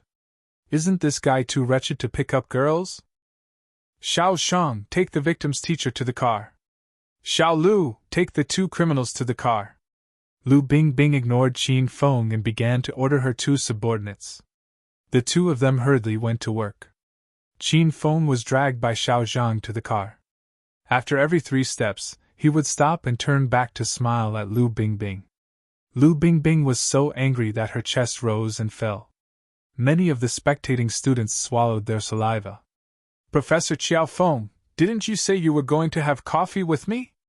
Prince Wei's Chinese wasn't very good. He only realized the situation had changed when Qin Feng was dragged into the police car. Qin Feng suddenly saw Lu Bingbing, so how could he have the mood to drink coffee with Prince Wei?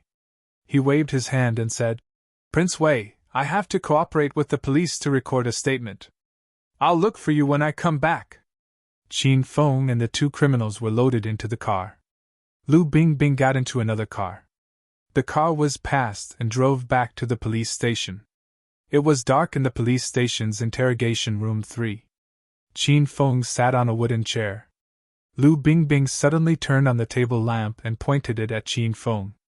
The light was so blinding that Qin Feng couldn't open his eyes. Name. Lu Bingbing's voice was cold and emotionless. Qiao Feng. Qin Feng looked at Lu Bingbing's handsome face through the gaps between his fingers. Qin Feng suddenly felt that this scene was very familiar. He remembered when he had just received the system. Sema Tu, Hao Yun, and Zhou Kai had set up a hongmen banquet at the Amethyst Dragon Palace. Qin Feng had gone to the banquet by himself, and Zhang Biao had been captured and forced to fight underground.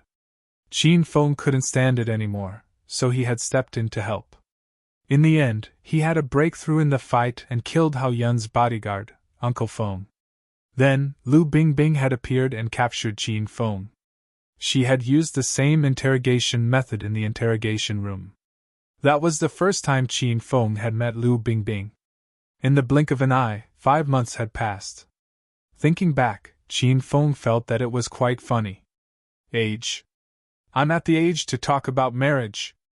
I feel that I'm very compatible with you, Beauty. Beauty, do you want to consider me?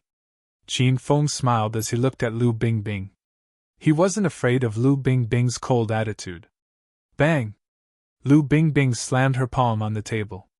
She was so angry that her chest rose up and down. Behave yourself, or else I won't go easy on you. Hurry up and tell me what you did. Qin Feng's eyes widened as he looked at Lu Bingbing dumbly. Beauty, are you serious? I'm the victim. Lu Bingbing suddenly raised her head. She had really made a mistake. In a fit of anger, she had treated Xiao Feng as a criminal and interrogated him. Who told Xiao Feng to keep staring at Lu Bingbing and leave a bad impression in her mind? I know you're the victim. Do I need you to remind me of that? Lu Bingbing felt a bit awkward, but she still put on a strong front. But the way you interrogated me, it was clearly the same way you interrogate a criminal, right? Qin Feng smiled as he looked at Lu Bingbing.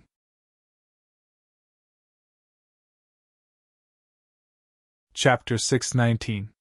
Qin Feng didn't think that Lu Bingbing would still be so bad-tempered and unreasonable after being transferred to the capital. However, Qin Feng liked the willful and arrogant Lu Bingbing. Pretty lady, aren't you being unreasonable? As a police officer, you have to set an example. You can't abuse your personal feelings and bully poor commoners like us, Qin Feng said seriously. Lu Bingbing's face was cold, but she was still a very upright woman. She knew that she lost her head in anger and mistook Qin Feng for a criminal to interrogate. The two stared at each other for a while, then Lu Bingbing said coldly, Sorry, I was careless before. You're not a criminal, you're a victim, so I should treat you better. Qin Feng was stunned by Lu Bingbing's sudden admission of wrongdoing. Qin Feng was secretly delighted to see this girl's awkward expression. Beauty, can't you just verbally apologize? Lu Bingbing was naturally cold and arrogant. It was rare for her to lower her head and admit her mistake. Seeing that he didn't stop, Lu Bingbing angrily yelled, Then what do you want?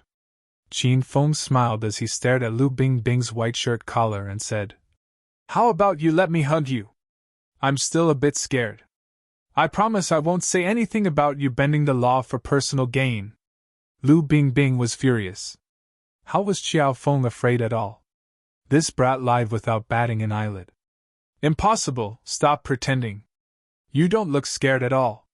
Lu Bingbing's voice was icy cold. If you don't want to hug, then don't hug. How about a kiss? Qin Feng looked like a rascal. Slap! Lu Bingbing was so angry that she almost smashed the wooden table with her palm. Qin Feng met Lu Bingbing's frosty gaze, but he wasn't afraid. He leisurely crossed his legs. Dream on! I'm warning you, don't push your luck! Lu Bingbing was truly angry. Qin Feng also stood up. His figure flashed and disappeared in front of Lu Bingbing, giving her a fright. In the next second, Lu Bingbing felt a strong arm tightly hugging her. A gust of hot air blew into her ear. I'm going to push my luck. What are you going to do about it? You, let go of me! You bastard, I'll kill you with my spear! Lu Bingbing's catchphrase didn't change. She struggled with all her might. Lu Bingbing was now a stage 2 inner chi martial artist, but she discovered that she couldn't break free from Xiao Feng no matter how hard she tried. Xiao Feng's damned perverted pig trotters were already groping all over Lu Bingbing's body. Ah! You pervert, let go, let go! Lu Bingbing was so anxious that she was about to go crazy. Ever since she became Qin Feng's woman, she had more self-respect and self-respect. Not to mention having an affair with other men, she didn't even talk to her male colleagues about work. However, Lu Bingbing was being hugged and groped by a stranger. She was about to go crazy. Lu Bingbing struggled more and more. She even kicked the table over. Qin Feng was worried that Lu Bingbing would get hurt, so he didn't dare to tease this strong-willed girl anymore. Calm down, Bing Bing. I'm Qin Feng. Ah? Lu Bingbing jumped in fright and stopped moving. Xiao Feng's voice still echoed in her mind. It really was Qin Feng's voice. If he wasn't Qin Feng, why would he call her Bing Bing? Why, you're really Qin Feng? Qin Feng had already let go of her. Lu Bingbing crossed her arms and looked at Xiao Feng vigilantly. Qin Feng put away the sacred azure battle armor and returned to his original appearance. His chiseled and resolute face appeared in front of Lu Bingbing. Lu Bingbing looked at Qin Feng and didn't speak for a long time. It was as if she had lost her soul. When Qin Feng saw the mist in Lu Bingbing's eyes, he felt sorry for her and pulled her into his arms. This time, Lu Bingbing didn't struggle. Instead, she pounded on Qin Feng's chest. Damn man, stinky man, you bastard! Can you not change your appearance to scare me every time? Do you know that I was scared out of my wits just now? Lu Bingbing turned from a cold and arrogant queen to a beautiful woman who complained. She seemed to have endless things to say. Her charming and coquettish expression made Qin Feng feel aroused. Bingbing, I miss you so much. Let's start. Qin Feng suddenly grabbed Lu Bingbing's lily-white hand and lifted her up. Lu Bingbing screamed in fear. Start what? Let go of me. There are surveillance cameras in here. Qin Feng wasn't worried at all. He laughed and said, I've already blocked the surveillance cameras. Otherwise, your colleagues would have seen you acting coquettishly in my arms just now. Do you still have the face to stay in the police station? Qin Feng could imagine the shocked expressions of the police officers when they saw the ice goddess, Lu Bingbing, acting coquettishly. You're crazy. You can't do whatever you want even if there are no surveillance cameras. Lu Bingbing screamed again. Qin Feng had already put her on a table, and Qin Feng pressed on top of her. Qin Feng hadn't seen Lu Bingbing for a long time. The last time they were intimate was 4 months ago in Fengyun Fun City. At that time, Lu Bingbing had sex with Qin Feng because she was poisoned by the azure sex unfettered powder. Due to many reasons, Qin Feng didn't have the time to unleash his full power in the last battle. Qin Feng missed Lu Bingbing's taste very much. This time, Qin Feng couldn't suppress the desire in his heart anymore. Lu Bingbing screamed continuously, and Qin Feng became even crazier. Lu Bingbing's eyes gradually became misty, and she was at Qin Feng's mercy. Strange noises came from the room. The two hadn't seen each other for a long time. When the fire was ignited, even a flood couldn't extinguish it. After an unknown amount of time, Lu Bingbing fell into Qin Feng's arms, panting. She stared at Qin Feng with hidden bitterness in her eyes. Big pervert, now you feel good, right? Hurry and let go of my hands. I feel so uncomfortable when you tie me up with a belt. Qin Feng hurriedly unbuckled the belt on Lu Bingbing's hands. He laughed and said, Uncomfortable? I saw that you were quite excited just now. Go die. Lu Bingbing glared at Qin Feng. Her gaze was so flirtatious that Qin Feng almost couldn't help but tie Lu Bingbing's hands again. Stop fooling around. It's almost time for the interrogation. If you do it again, you'll be discovered.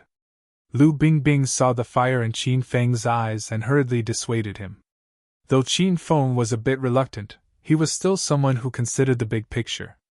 He groped around Lu Bingbing's body for a while, then took the initiative to help Lu Bingbing put on her clothes. Lu Bingbing's face was cold, and she didn't say anything. However, her heart was filled with warmth. She really liked this warm feeling. Qin Feng, did you change your identity? I heard that you died. After Lu Bingbing put on her clothes, she looked at Qin Feng worriedly. She was saved by Qin Feng once when she was solving the case at Ghost Mountain in the provincial capital. At that time, Lu Bingbing saw Qin Feng's identity as Green Wolf. Therefore, when she saw the video of Green Wolf beating Qin Feng up, she didn't think that Qin Feng was really dead. She guessed that Qin Feng had changed his identity. Qin Feng stroked Lu Bingbing's hair as he said, Of course I'm not dead. I faked my death on purpose. I'm now a member of the dragon sect. I came to the capital for a secret mission, so I changed my identity. Qin Feng didn't hide anything from Lu Bingbing, so he simply told her what happened. Lu Bingbing's sexy little mouth opened wide. She looked at Qin Feng in disbelief. What did you say? You joined the dragon sect? China's dragon sect was mysterious and unfathomable. As a police officer, Lu Bingbing had naturally heard of the dragon sect. Moreover, Lu Bingbing really liked being a police officer. When she was young, her dream was to join the dragon sect and get rid of the tyrants. Unfortunately, the requirements of the dragon sect were too high. Only martial artists at stage 4 and above were qualified to join. Lu Bingbing had practiced martial arts since she was young, but she was only at stage 2 now. I'm not officially a member of the dragon sect yet. I'll only be considered a member after completing this mission, Qin Feng explained. As for the difficulty of this mission and the insidious fights in the dragon sect, Qin Feng didn't say much. He was mainly afraid that Lu Bingbing would worry about him. Lu Bingbing seemed to have thought of something. Her beautiful eyes suddenly flashed. Qin Feng, the person who defeated Southeast Tiger Uncle Fu and Capital Tiger Chi Wanjun at Devil Beast Mountain not long ago, was it really you? Qin Feng nodded. Yes and no. The light in Lu Bingbing's beautiful eyes dimmed a little.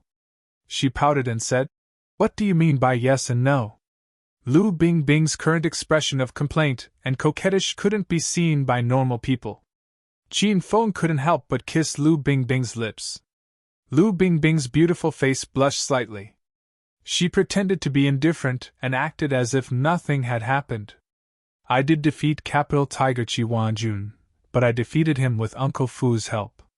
Everyone in the ancient martial arts world thought that Green Wolf defeated Chi Wanjun and Yuan Fu by himself.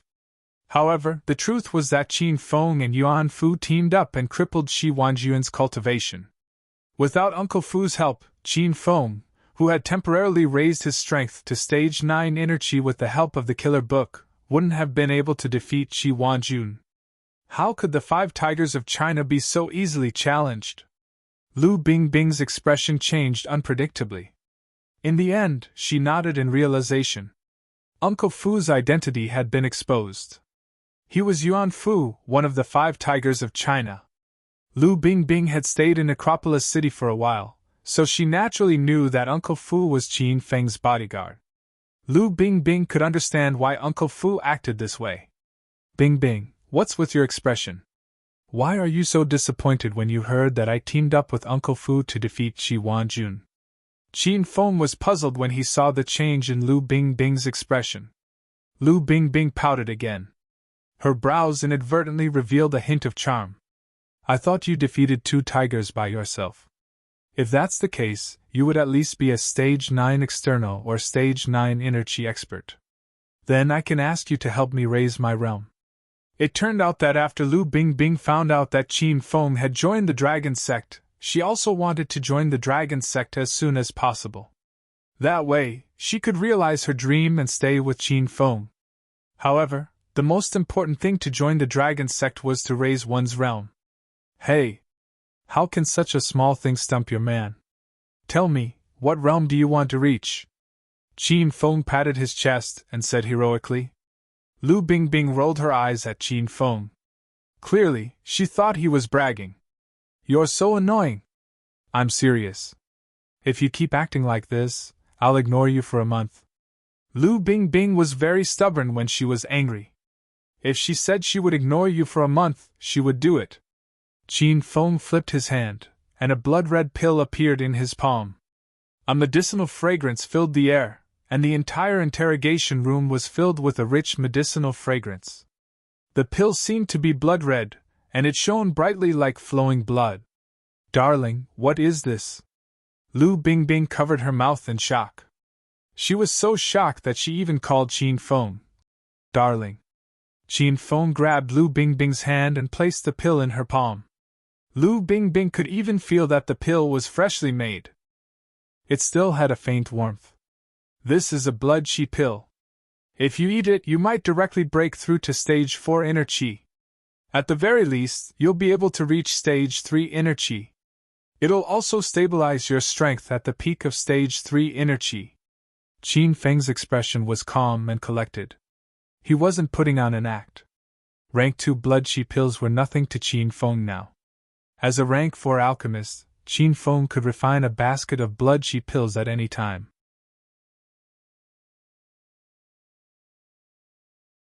Chapter 620. This is the blood chi pill? Lu Bingbing was shocked. Her jade-like hands trembled so violently that she almost dropped the blood chi pill. Lu Bingbing's family wasn't small, so she had a good understanding of the ancient martial arts world. Lu Bingbing knew how precious the blood chi pill was. It was a second-grade wonder pill, and it was very difficult for the big families in the secular world to get their hands on a second-grade wonder pill. Even if Lu Bingbing's family had the ability to get one, they would have to pay a high price. Big families usually valued males over females, and Lu Bingbing's family was no exception. Even though Lu Bingbing had been obsessed with martial arts since she was young, because she was a girl, her family didn't pay much attention to her cultivation. Lu Bingbing completely relied on her own comprehension and self-discovery.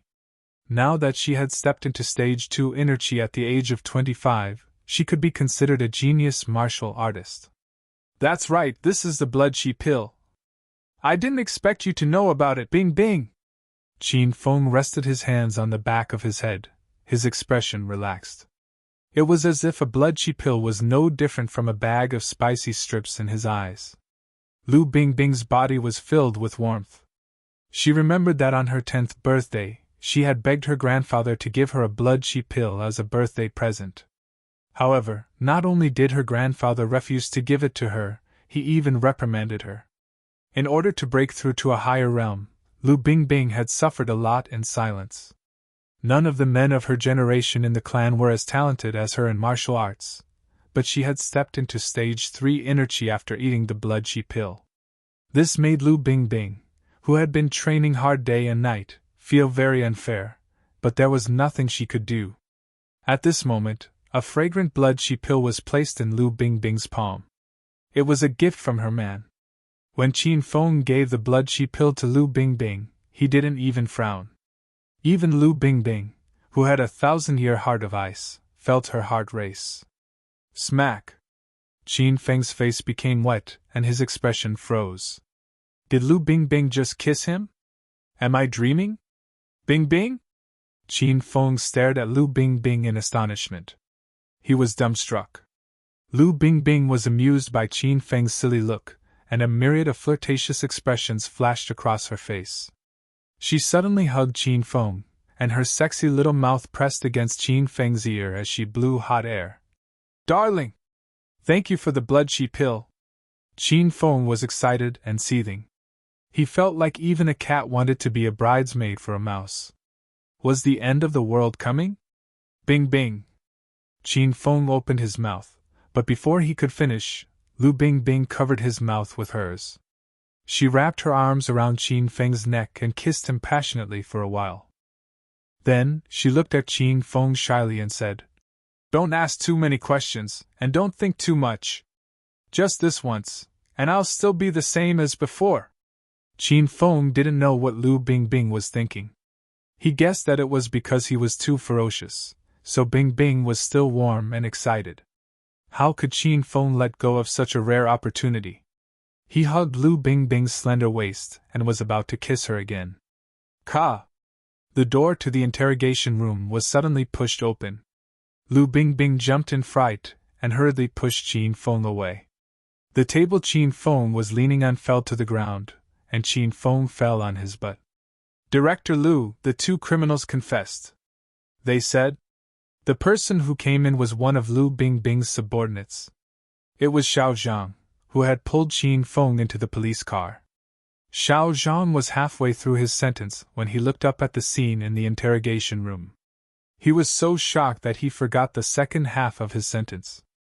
Because of the battle between Qin Feng and Lu Bingbing, the interrogation room looked as if it had just been robbed by bandits. The table was toppled, the documents were scattered on the floor, and there were a few scraping marks on the floor. Xiao Zheng's throat moved and he swallowed a few mouthfuls of saliva. He had long heard that Director Liu was fiery and cold, and that even the leader of the hooligans in the capital was afraid of Director Liu. Before, Xiao Zhang didn't understand how terrifying Liu Bingbing was, but today, he finally understood. Was Director Liu interrogating him, or was she using one of the 10 great tortures of the Qin dynasty? No, that brat seemed to be a victim. What are you looking at? Hurry up and say what you want! Liu Bingbing mistakenly thought that Xiao Zhang had discovered her affair with Qin Feng. She hurriedly displayed an icy and domineering attitude in order to intimidate Xiao Zhang and prevent him from speaking nonsense. Xiao Zhang was so scared that his entire body trembled. He hurriedly said, "And nothing, I went to the wrong room. Director Liu, please continue. I didn't see anything." Xiao Zhang hastily closed the door and ran away. As he ran, he shouted in his heart, "Director Liu is too scary!" Qin Feng and Liu Bingbing were stunned speechless. The ambiguous atmosphere was broken by Xiao Zhang's barging in. "Qin Feng, you should go back first. I have to work. I'll deal with those 2 criminals for you." Liu Bingbing was embarrassed. She was too embarrassed to look at Qin Feng. She was afraid that Qin Feng would laugh at her if he saw her blushing face. Qin Feng knew that the 2 criminals were hired by Gao Tianyao and Xiao Lei to put on a show. Qin Feng also guessed that they would never betray Gao Tianyao. Otherwise, they wouldn't be able to live in the capital anymore. "All right, I'll come and find you when I'm free." Liu Bingbing personally escorted Qin Feng out of the police headquarters. Watching Qin Feng disappear into the crowd, Liu Bingbing felt a sense of loss and warmth in her heart. After leaving the police station, Qin Feng returned to Provincial Capital University. He had an appointment with Prince William. "Professor Qiao Feng, you're finally back. Did the police do anything to you?" As soon as Qin Feng reached the entrance of Provincial Capital University, he saw Prince William greeting him with a smile. "I'm the victim. The police have to protect me. Of course, they wouldn't do anything to me. Don't tell me you've been waiting for me at the entrance?" Qin Feng asked Prince William. This Prince William was too cordial. He had been waiting for him at the entrance. Qin Feng felt that there was something wrong with this kid. However, he couldn't figure out why Prince William was fawning on him. I made an appointment with Professor Qiao Feng to have coffee today. Of course, I'll wait for you here no matter how late it is." Prince William rubbed his hands and looked at Qin Feng with a smile. Qin Feng felt a chill run down his spine. Don't tell me this kid has taken a fancy to me? Prince William's action really touched me. Let's go for coffee. Qin Feng and Prince William chatted and laughed along the way. They arrived at a cafe near the campus. The cafe had 2 floors. Qin Feng and Prince William went up to the 2nd floor and chose a seat near the French window. Qin Feng sighed with emotion as he looked at the campus that was brimming with youthfulness. "Gentlemen, what would you like to drink?" A part-time female student walked over with a smile. "A cup of latte," Qin Feng said. "Me too." Prince William didn't seem to be here for coffee. He ordered a cup of coffee without even looking at the drink list. After the 2 of them ordered their coffee, the part-time female student left. Qin Feng and Prince William looked at each other and smiled. Qin Feng said, "I didn't expect Prince William to have the same taste as you. You like latte as well?" Actually, the coffee in China is not authentic. I feel the same no matter what kind of coffee I drink," Prince William said with a smile. "Professor Qiao Feng, do you like coffee? If you have the chance, you should go to the United States and try authentic coffee." Qin Feng couldn't guess the meaning behind Prince William's words, so he said, "If I have the chance, of course I would like to go. But it's very expensive to go abroad. A poor teacher like me can't afford it." Hearing that Qin Feng wanted to go to the United States, Prince William's eyes lit up. He said calmly, "Actually, it's not that expensive to go to the United States. I have Professor Qiao Feng to take care of me in China. If Professor Qiao Feng really wants to go, I can help you pay for the plane ticket. When you arrive in the United States, you can stay at my house. I can even be your tour guide. Just thinking about it makes me happy." Even the stupidest person could tell that Prince William was tempting Qin Feng to go to the United States. This made Qin Feng puzzled. What was this guy trying to do? Really? That's too much trouble for you, Prince William. Qin Feng pretended to be surprised. Prince William was also very excited. Professor, why would I lie to you? I haven't been back for more than half a year. I'm planning to go back to see my parents. Do you want to go with me? Qin Feng's eyes flashed with hesitation. After a moment of silence, he shook his head. I still think it's too much trouble for you, Prince William. I think it's better not to go. Qin Feng's sudden rejection made Prince William's heart sink. He felt that he was so close to succeeding. It was too much of a pity. The atmosphere became somewhat oppressive. Qin Feng and Prince William didn't say anything. After a while, Prince William put down the stirring spoon in his hand. He looked at Qin Feng and said, Professor Qiao Feng, did you see how I defeated that robber today? Prince William's eyes lit up. Qin Feng didn't know what kind of wicked idea he had come up with, so he pretended to be stupid and shook his head. I don't know. Then, Professor Qiao Feng, do you think I'm amazing? Qin Feng hurriedly nodded. Amazing! I was scared to death at that time. I still can't recover from it. Professor Qiao Feng, you can actually become as amazing as me. Do you want to become stronger? Prince William was handsome and noble. His voice was full of magnetism. He constantly tempted Qin Feng as if he wanted to pull Qin Feng into a pyramid scheme. Qin Feng put on an innocent expression and looked at Prince William curiously. I don't understand what you mean. Make me stronger? How? Is it to eat brother way? Will there be any side effects? The corner of Prince William's mouth twitched. He almost fainted from anger. If it wasn't for Qin Feng's needle manipulation, which was very useful to the William family, Prince William wouldn't want to talk nonsense with this idiot. He would have frozen Qin Feng to death with a palm of ice. Prince William quickly calmed himself down. He lost his patience and said directly, Professor Qiao Feng, do you believe that mutants exist in this world? Qin Feng's expression changed slightly. He didn't expect Prince William to reveal this information to him. Qin Feng immediately put on a look of disdain and mocked. Classmate Prince Wei, don't joke around. It's a technological society now, and everything is based on science. You're already an adult, so how can you say such childish, retarded things? Prince William's eyes were burning with anger. He suddenly reached out and grabbed the coffee cup in front of him. The coffee, which was still steaming, cooled down at a speed visible to the naked eye. Finally, it turned into a coffee-colored ice cube. Qin Feng's expression immediately turned into an O's shape. Of course, this was all an act. During the battle on Ghost Mountain half a month ago, Qin Feng had seen Prince William's ice ability. At that time, half of Qin Feng's body was frozen. If Qin Feng didn't have the Rat Halo's spear and the flame bomb to melt the ice, he wouldn't have the chance to sit here and drink coffee. Wow! Prince William, I didn't expect you to be a magician. How did you do it? Hurry up and teach me. I'll be able to pick up girls after I learn it. Crack! Prince William was so angry that he used too much force. The porcelain cup in his hand shattered into pieces. The coffee inside also turned into ice shards. Professor Qiao Feng, let me explain again. This is not magic or acrobatics. This is a mutant, an ice attribute mutant, Prince William said solemnly.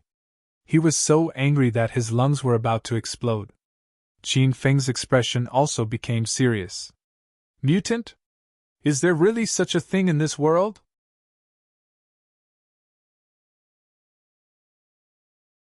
Chapter 621. Of course, Qin Feng wanted to know the story of the metahuman clan. The reason why he pretended and acted earlier was to force Prince William to tell him about the metahuman clan. Prince William was delighted when he saw Qin Feng's interest. He felt that everything was under his control. He was proud of the fact that he was the master of the world.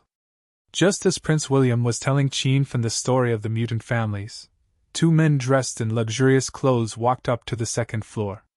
They walked past Qin Fen and Prince William and sat down in a private room behind Qin Fen. After ordering 2 cups of coffee, the 2 men started to chat. "Young Master Yang, have you heard anything? Where are the 2 bitches, Rao Sherman and Zhang Kuku, holding their concert?" The man who spoke was very fat. He was dressed in a burgundy suit that fit him well. He looked like a Maitreya Buddha when he smiled. Sitting opposite to the Maitreya Buddha was a man in a white suit. He was tall and slender, and his facial features were well defined. He was as handsome as a fresh meat in the film and television industry. Of course, he was not as handsome as Qin Feng. "The concert must be held in Provincial Capital University. I'm not sure if the concert will be held in the university's gymnasium." A murderous glint flashed across the man's eyes, but it did not escape the Maitreya Buddha's eyes. The 2 men were the young masters of the Liu and Yang clans, one of the 4 largest clans in the provincial capital. They were also the 2nd young masters of the 4 young masters of the provincial capital. The fat man who looked like the Maitreya Buddha was Lu Shu, and the handsome man in the white suit was Yang Kan. "Young Master Yang, are you still holding a grudge against me for what happened a month ago?" Lu Shu chuckled as he looked at Yang Kan. Yang Kan's face immediately darkened.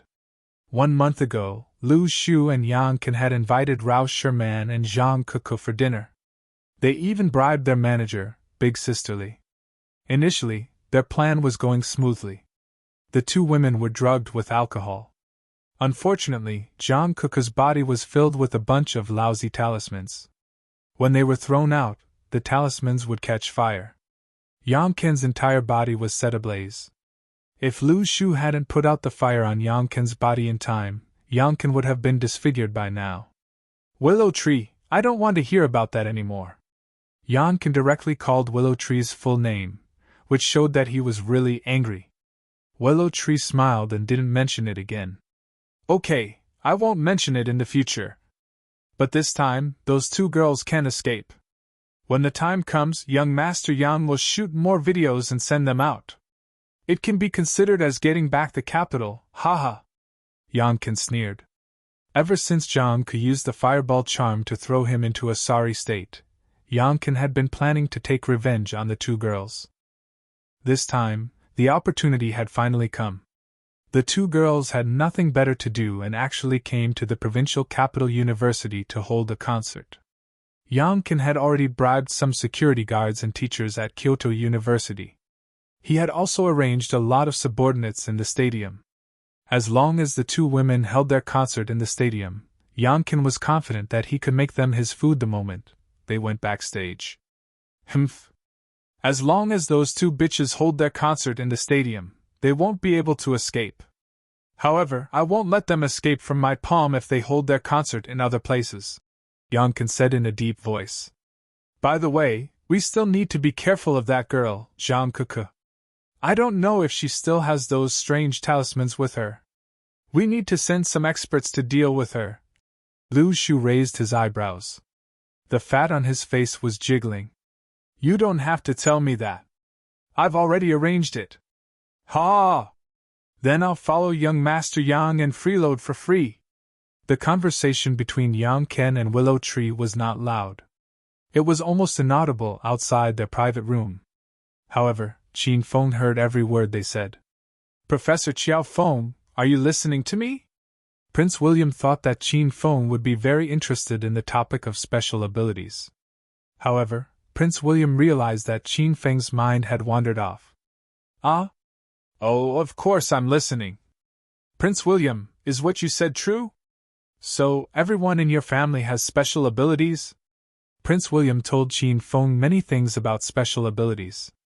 However, Qin Feng could tell that more than half of it was fake. Prince William was only trying to lure Qin Feng to follow him to his family in America. Naturally, he would not be stupid enough to tell Qin Feng the truth. Prince William did not even mention the name of the William family, let alone the number of people in the William family. Where is the base? The family was working on some kind of plan or something. Simply put, Prince William's information was useless to Qin Feng. Qin Feng almost fell asleep after listening to Prince William's information. After Willow Tree and Yang Kan came over, Qin Feng began to eavesdrop on their conversation. Do you know why everyone in my family has special abilities? Prince William's tone suddenly became solemn, and his expression became more solemn. Qin Feng was curious about this question. Could it be that the genes of the William family are different from ordinary people? Born with a nest of metahumans? Before Qin Feng could speak, Prince William continued. Because our family has developed a technology that can change the genes of the human body, allowing ordinary people to instantly possess special abilities. Qin Feng was shocked. If what Prince William said was true, then this kind of technology was really amazing. Is that true? I thought everyone in your family was born with special abilities? Prince William laughed. How can everyone in my family be born with special abilities? That would be a fantasy story. However, some people in my family were born with special abilities. Then, as the family slowly multiplied, some people began to research the reason for the appearance of special abilities. After decades of research, we have today's technology. Prince William spoke logically. Qin Feng did not know if what he said was true or false. Prince William, I didn't expect your family to be so powerful. What is your family called? Qin Feng took the initiative to ask for useful information. Prince William's expression changed as if someone had touched his reverse scale. However, he quickly regained his composure and smiled faintly. Hee. Teacher Qiao Feng, are you willing to go to America with me? Some things are not easy to say now. You will know when you get there. I can ask the family to train you to be a special ability user. You can also have ice attribute special abilities. Prince William began to tempt Qin Feng again. Qin Feng found that this guy was very cautious. After chatting with him for a long time, Prince William did not reveal any useful information. Qin Feng did not plan to ask anymore. If he asked too much, he would expose himself. Qin Feng suddenly stood up. His legs were unsteady, and he fell on the partition wall behind him. Boom! With a loud noise, the partition wall between Qin Feng and Yang Ken's private room collapsed. Yang Ken, who was sitting against the wall, fell to the ground. Damn! Isn't the decoration of this shop too lousy? Is this wall made of paper? Scared me to death. Qin Feng secretly used his inner qi to knock down the partition.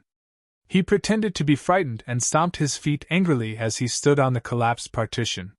Fatty Lu Shu had jumped out of the private room to avoid a disaster. However, Yang Ken was still in the private room and was under Qin Feng's feet. You, get down now! You fucking stepped on young Master Yang. Lu Shu was stunned by the scene in front of him. He was still in a daze. He was drinking coffee with Yang Ken and fantasizing about pushing down Rao Sherman and Zhang Kuku. Why did the wall suddenly collapse? Was it an earthquake? But why were the other private rooms unharmed? Qin Feng stopped, but he was still standing on top of Yang Ken. Qin Feng was wearing the 250-pound sacred azure battle armor. Yang Ken, who was under the partition, felt like he was being crushed by a small mountain. He couldn't get up no matter how hard he tried. He wanted to curse, but he didn't have the strength. Are you talking to me?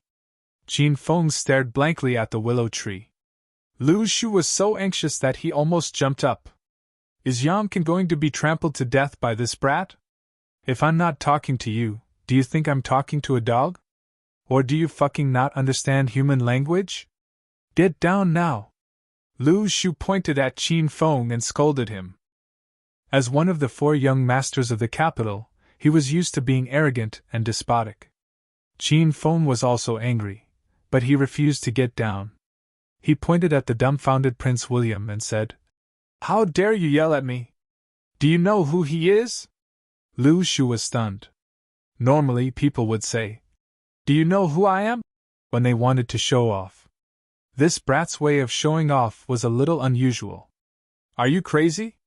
I don't care who he is. I'm reminding you out of goodwill that the person you're stepping on is young Master Yang Ken, one of the 4 young masters of the capital. If you don't get down now, you'll have to collect your own corpse. Lu Shu glared at Qin Feng coldly. Qin Feng acted as if he did not hear Lu Shu's threat. he introduced Prince William solemnly. "Let me tell you, this is my student Prince Wei. Of course, this is not important. What's important is that he can perform magic. No, wait, he has a supernatural ability. He can release ice with one palm." Lu Shu was not scared. He was dumbfounded by Qin Feng's intelligence. Was this person really not crazy? Why does he speak without rhyme or reason? Lu Shu had already lost his patience. If Yang Qin was really trampled to death by Qin Feng, Lu Shu would have to bear the responsibility. With a big stride, Lu Shu arrived beside Qin Feng and directly struck Qin Feng's chest with his palm. Bang! A slight wind-breaking sound rang in the air. With Lu Shu's stage 3 inner qi, the power of his palm strike was not to be underestimated. It was absolutely no problem for him to kill an ordinary person. You dare to touch Teacher Qiao Feng? You're courting death. Prince William was a little angry because Qin Feng had introduced him like a clown. He even asked him to perform the ability to shatter rocks with his chest. No, the ability to release ice with his palm. This was simply an insult to Prince William. As a man of the William family, which one of them was not arrogant and frivolous? If it was not for the fact that Qin Feng was a man who could use needle manipulation, Prince William would have already killed him with one palm strike. Not only did Prince William not kill Qin Feng, he was also forced to save Qin Feng. In his eyes, Teacher Qiao Feng was an ordinary person. He definitely could not withstand Lu Shu's palm strike. Buzz! A strange energy wave seemed to ripple in the surroundings. It was invisible to the naked eye, but Lu Shu and Qin Feng could feel it. Prince William did not approach Qin Feng. He still sat on the sofa opposite Qin Feng, but it was obvious that he had made a move. Lu Shu felt his speed and inner qi being suppressed. His punch, which originally weighed more than 150 kilograms, was less than 1.5 kilograms when it landed on Qin Feng's body. Bang! The punch landed on Qin Feng's chest with a soft, muffled sound. It was like a little girl pounding her boyfriend's chest when she was acting coquettishly. Lu Shu hurriedly looked at Prince William. He was dumbfounded. Qin Feng was also somewhat shocked. Was a mutant this powerful? Hey! Are you afraid now? I've already told you that my student is very powerful. Do you believe me now? Come, hammer my shoulders again. You don't have to hammer my chest anymore, Qin Feng suddenly said after regaining his senses.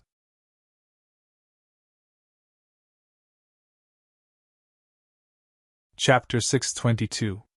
Prince William's technique was broken, and the strange energy waves around him disappeared.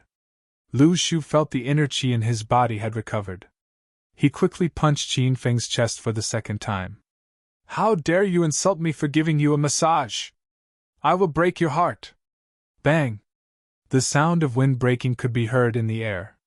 It was more violent than Lu Shu's punch. Prince William's eyes flashed with anxiety, and he quickly used his special ability. Hum! A strange energy wave appeared.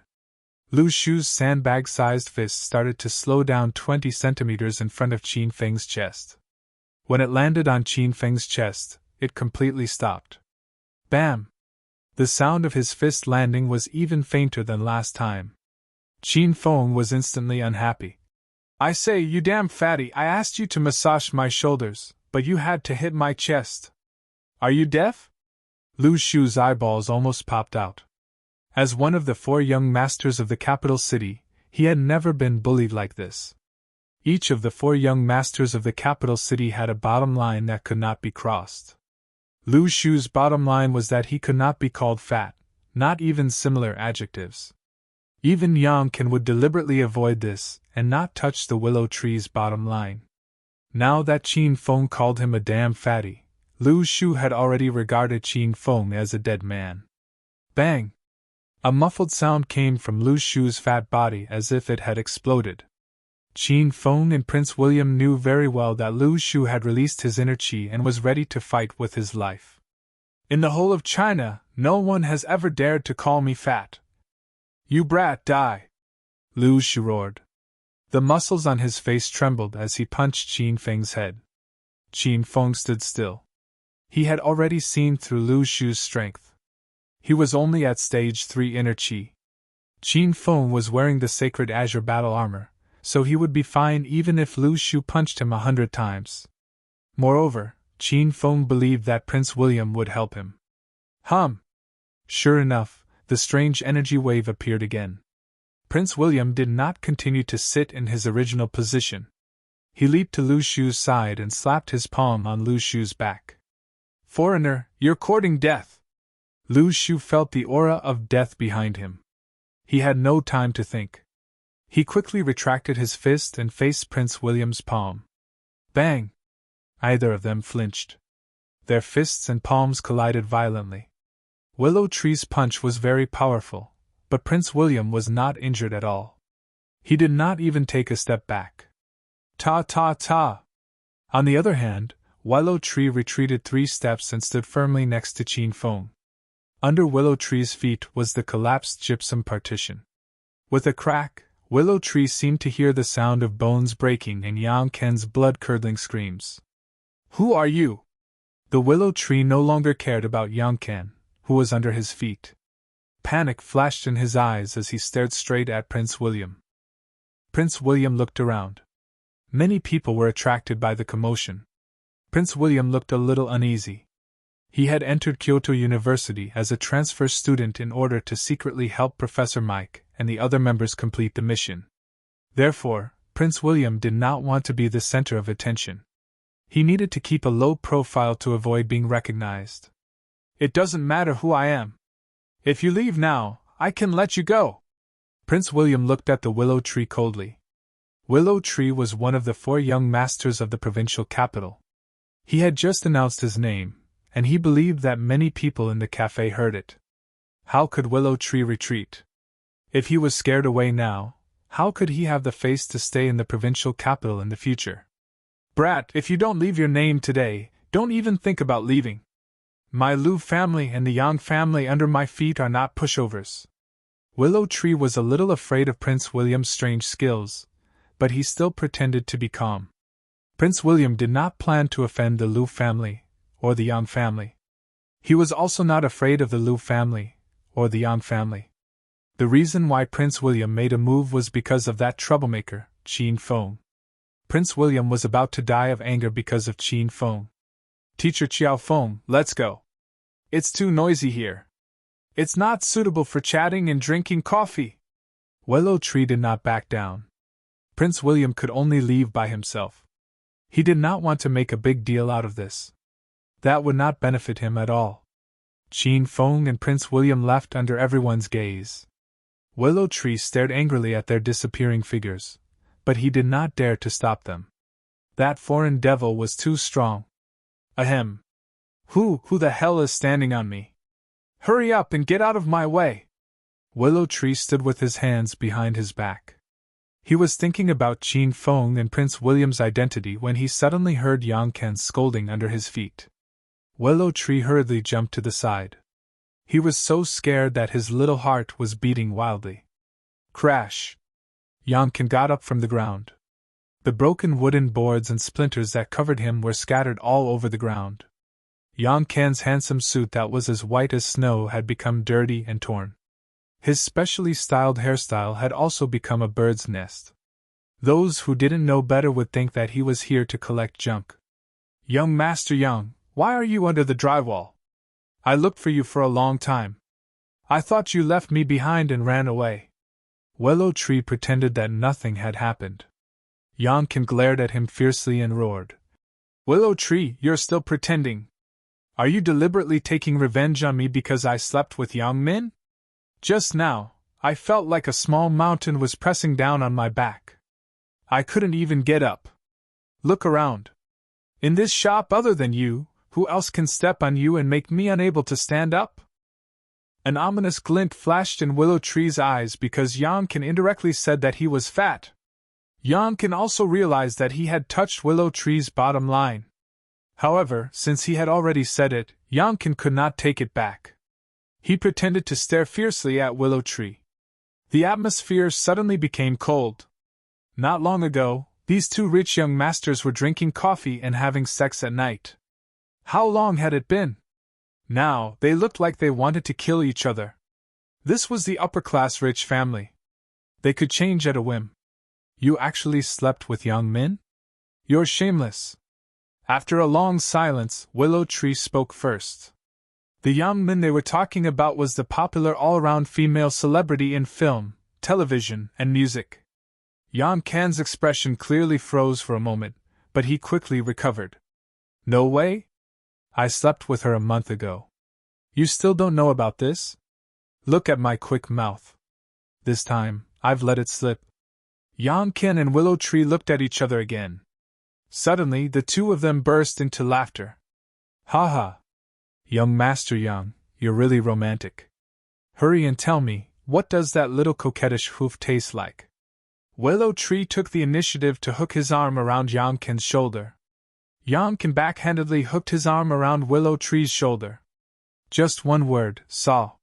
Seeing the two young masters face each other like frost for a while and arm around each other's shoulder for a while, the surrounding crowd's worldview was completely destroyed. They all dispersed. At this time, Willow Tree and Yang Kan sat in the private room. Yang Kan's entire body trembled. He abruptly broke free from Willow Tree. Young Master Lu, why are your hands so cold? Willow Tree seemed to have thought of something. He hastily yelled at Yang Kan. Young Master Yang, quick! Quick!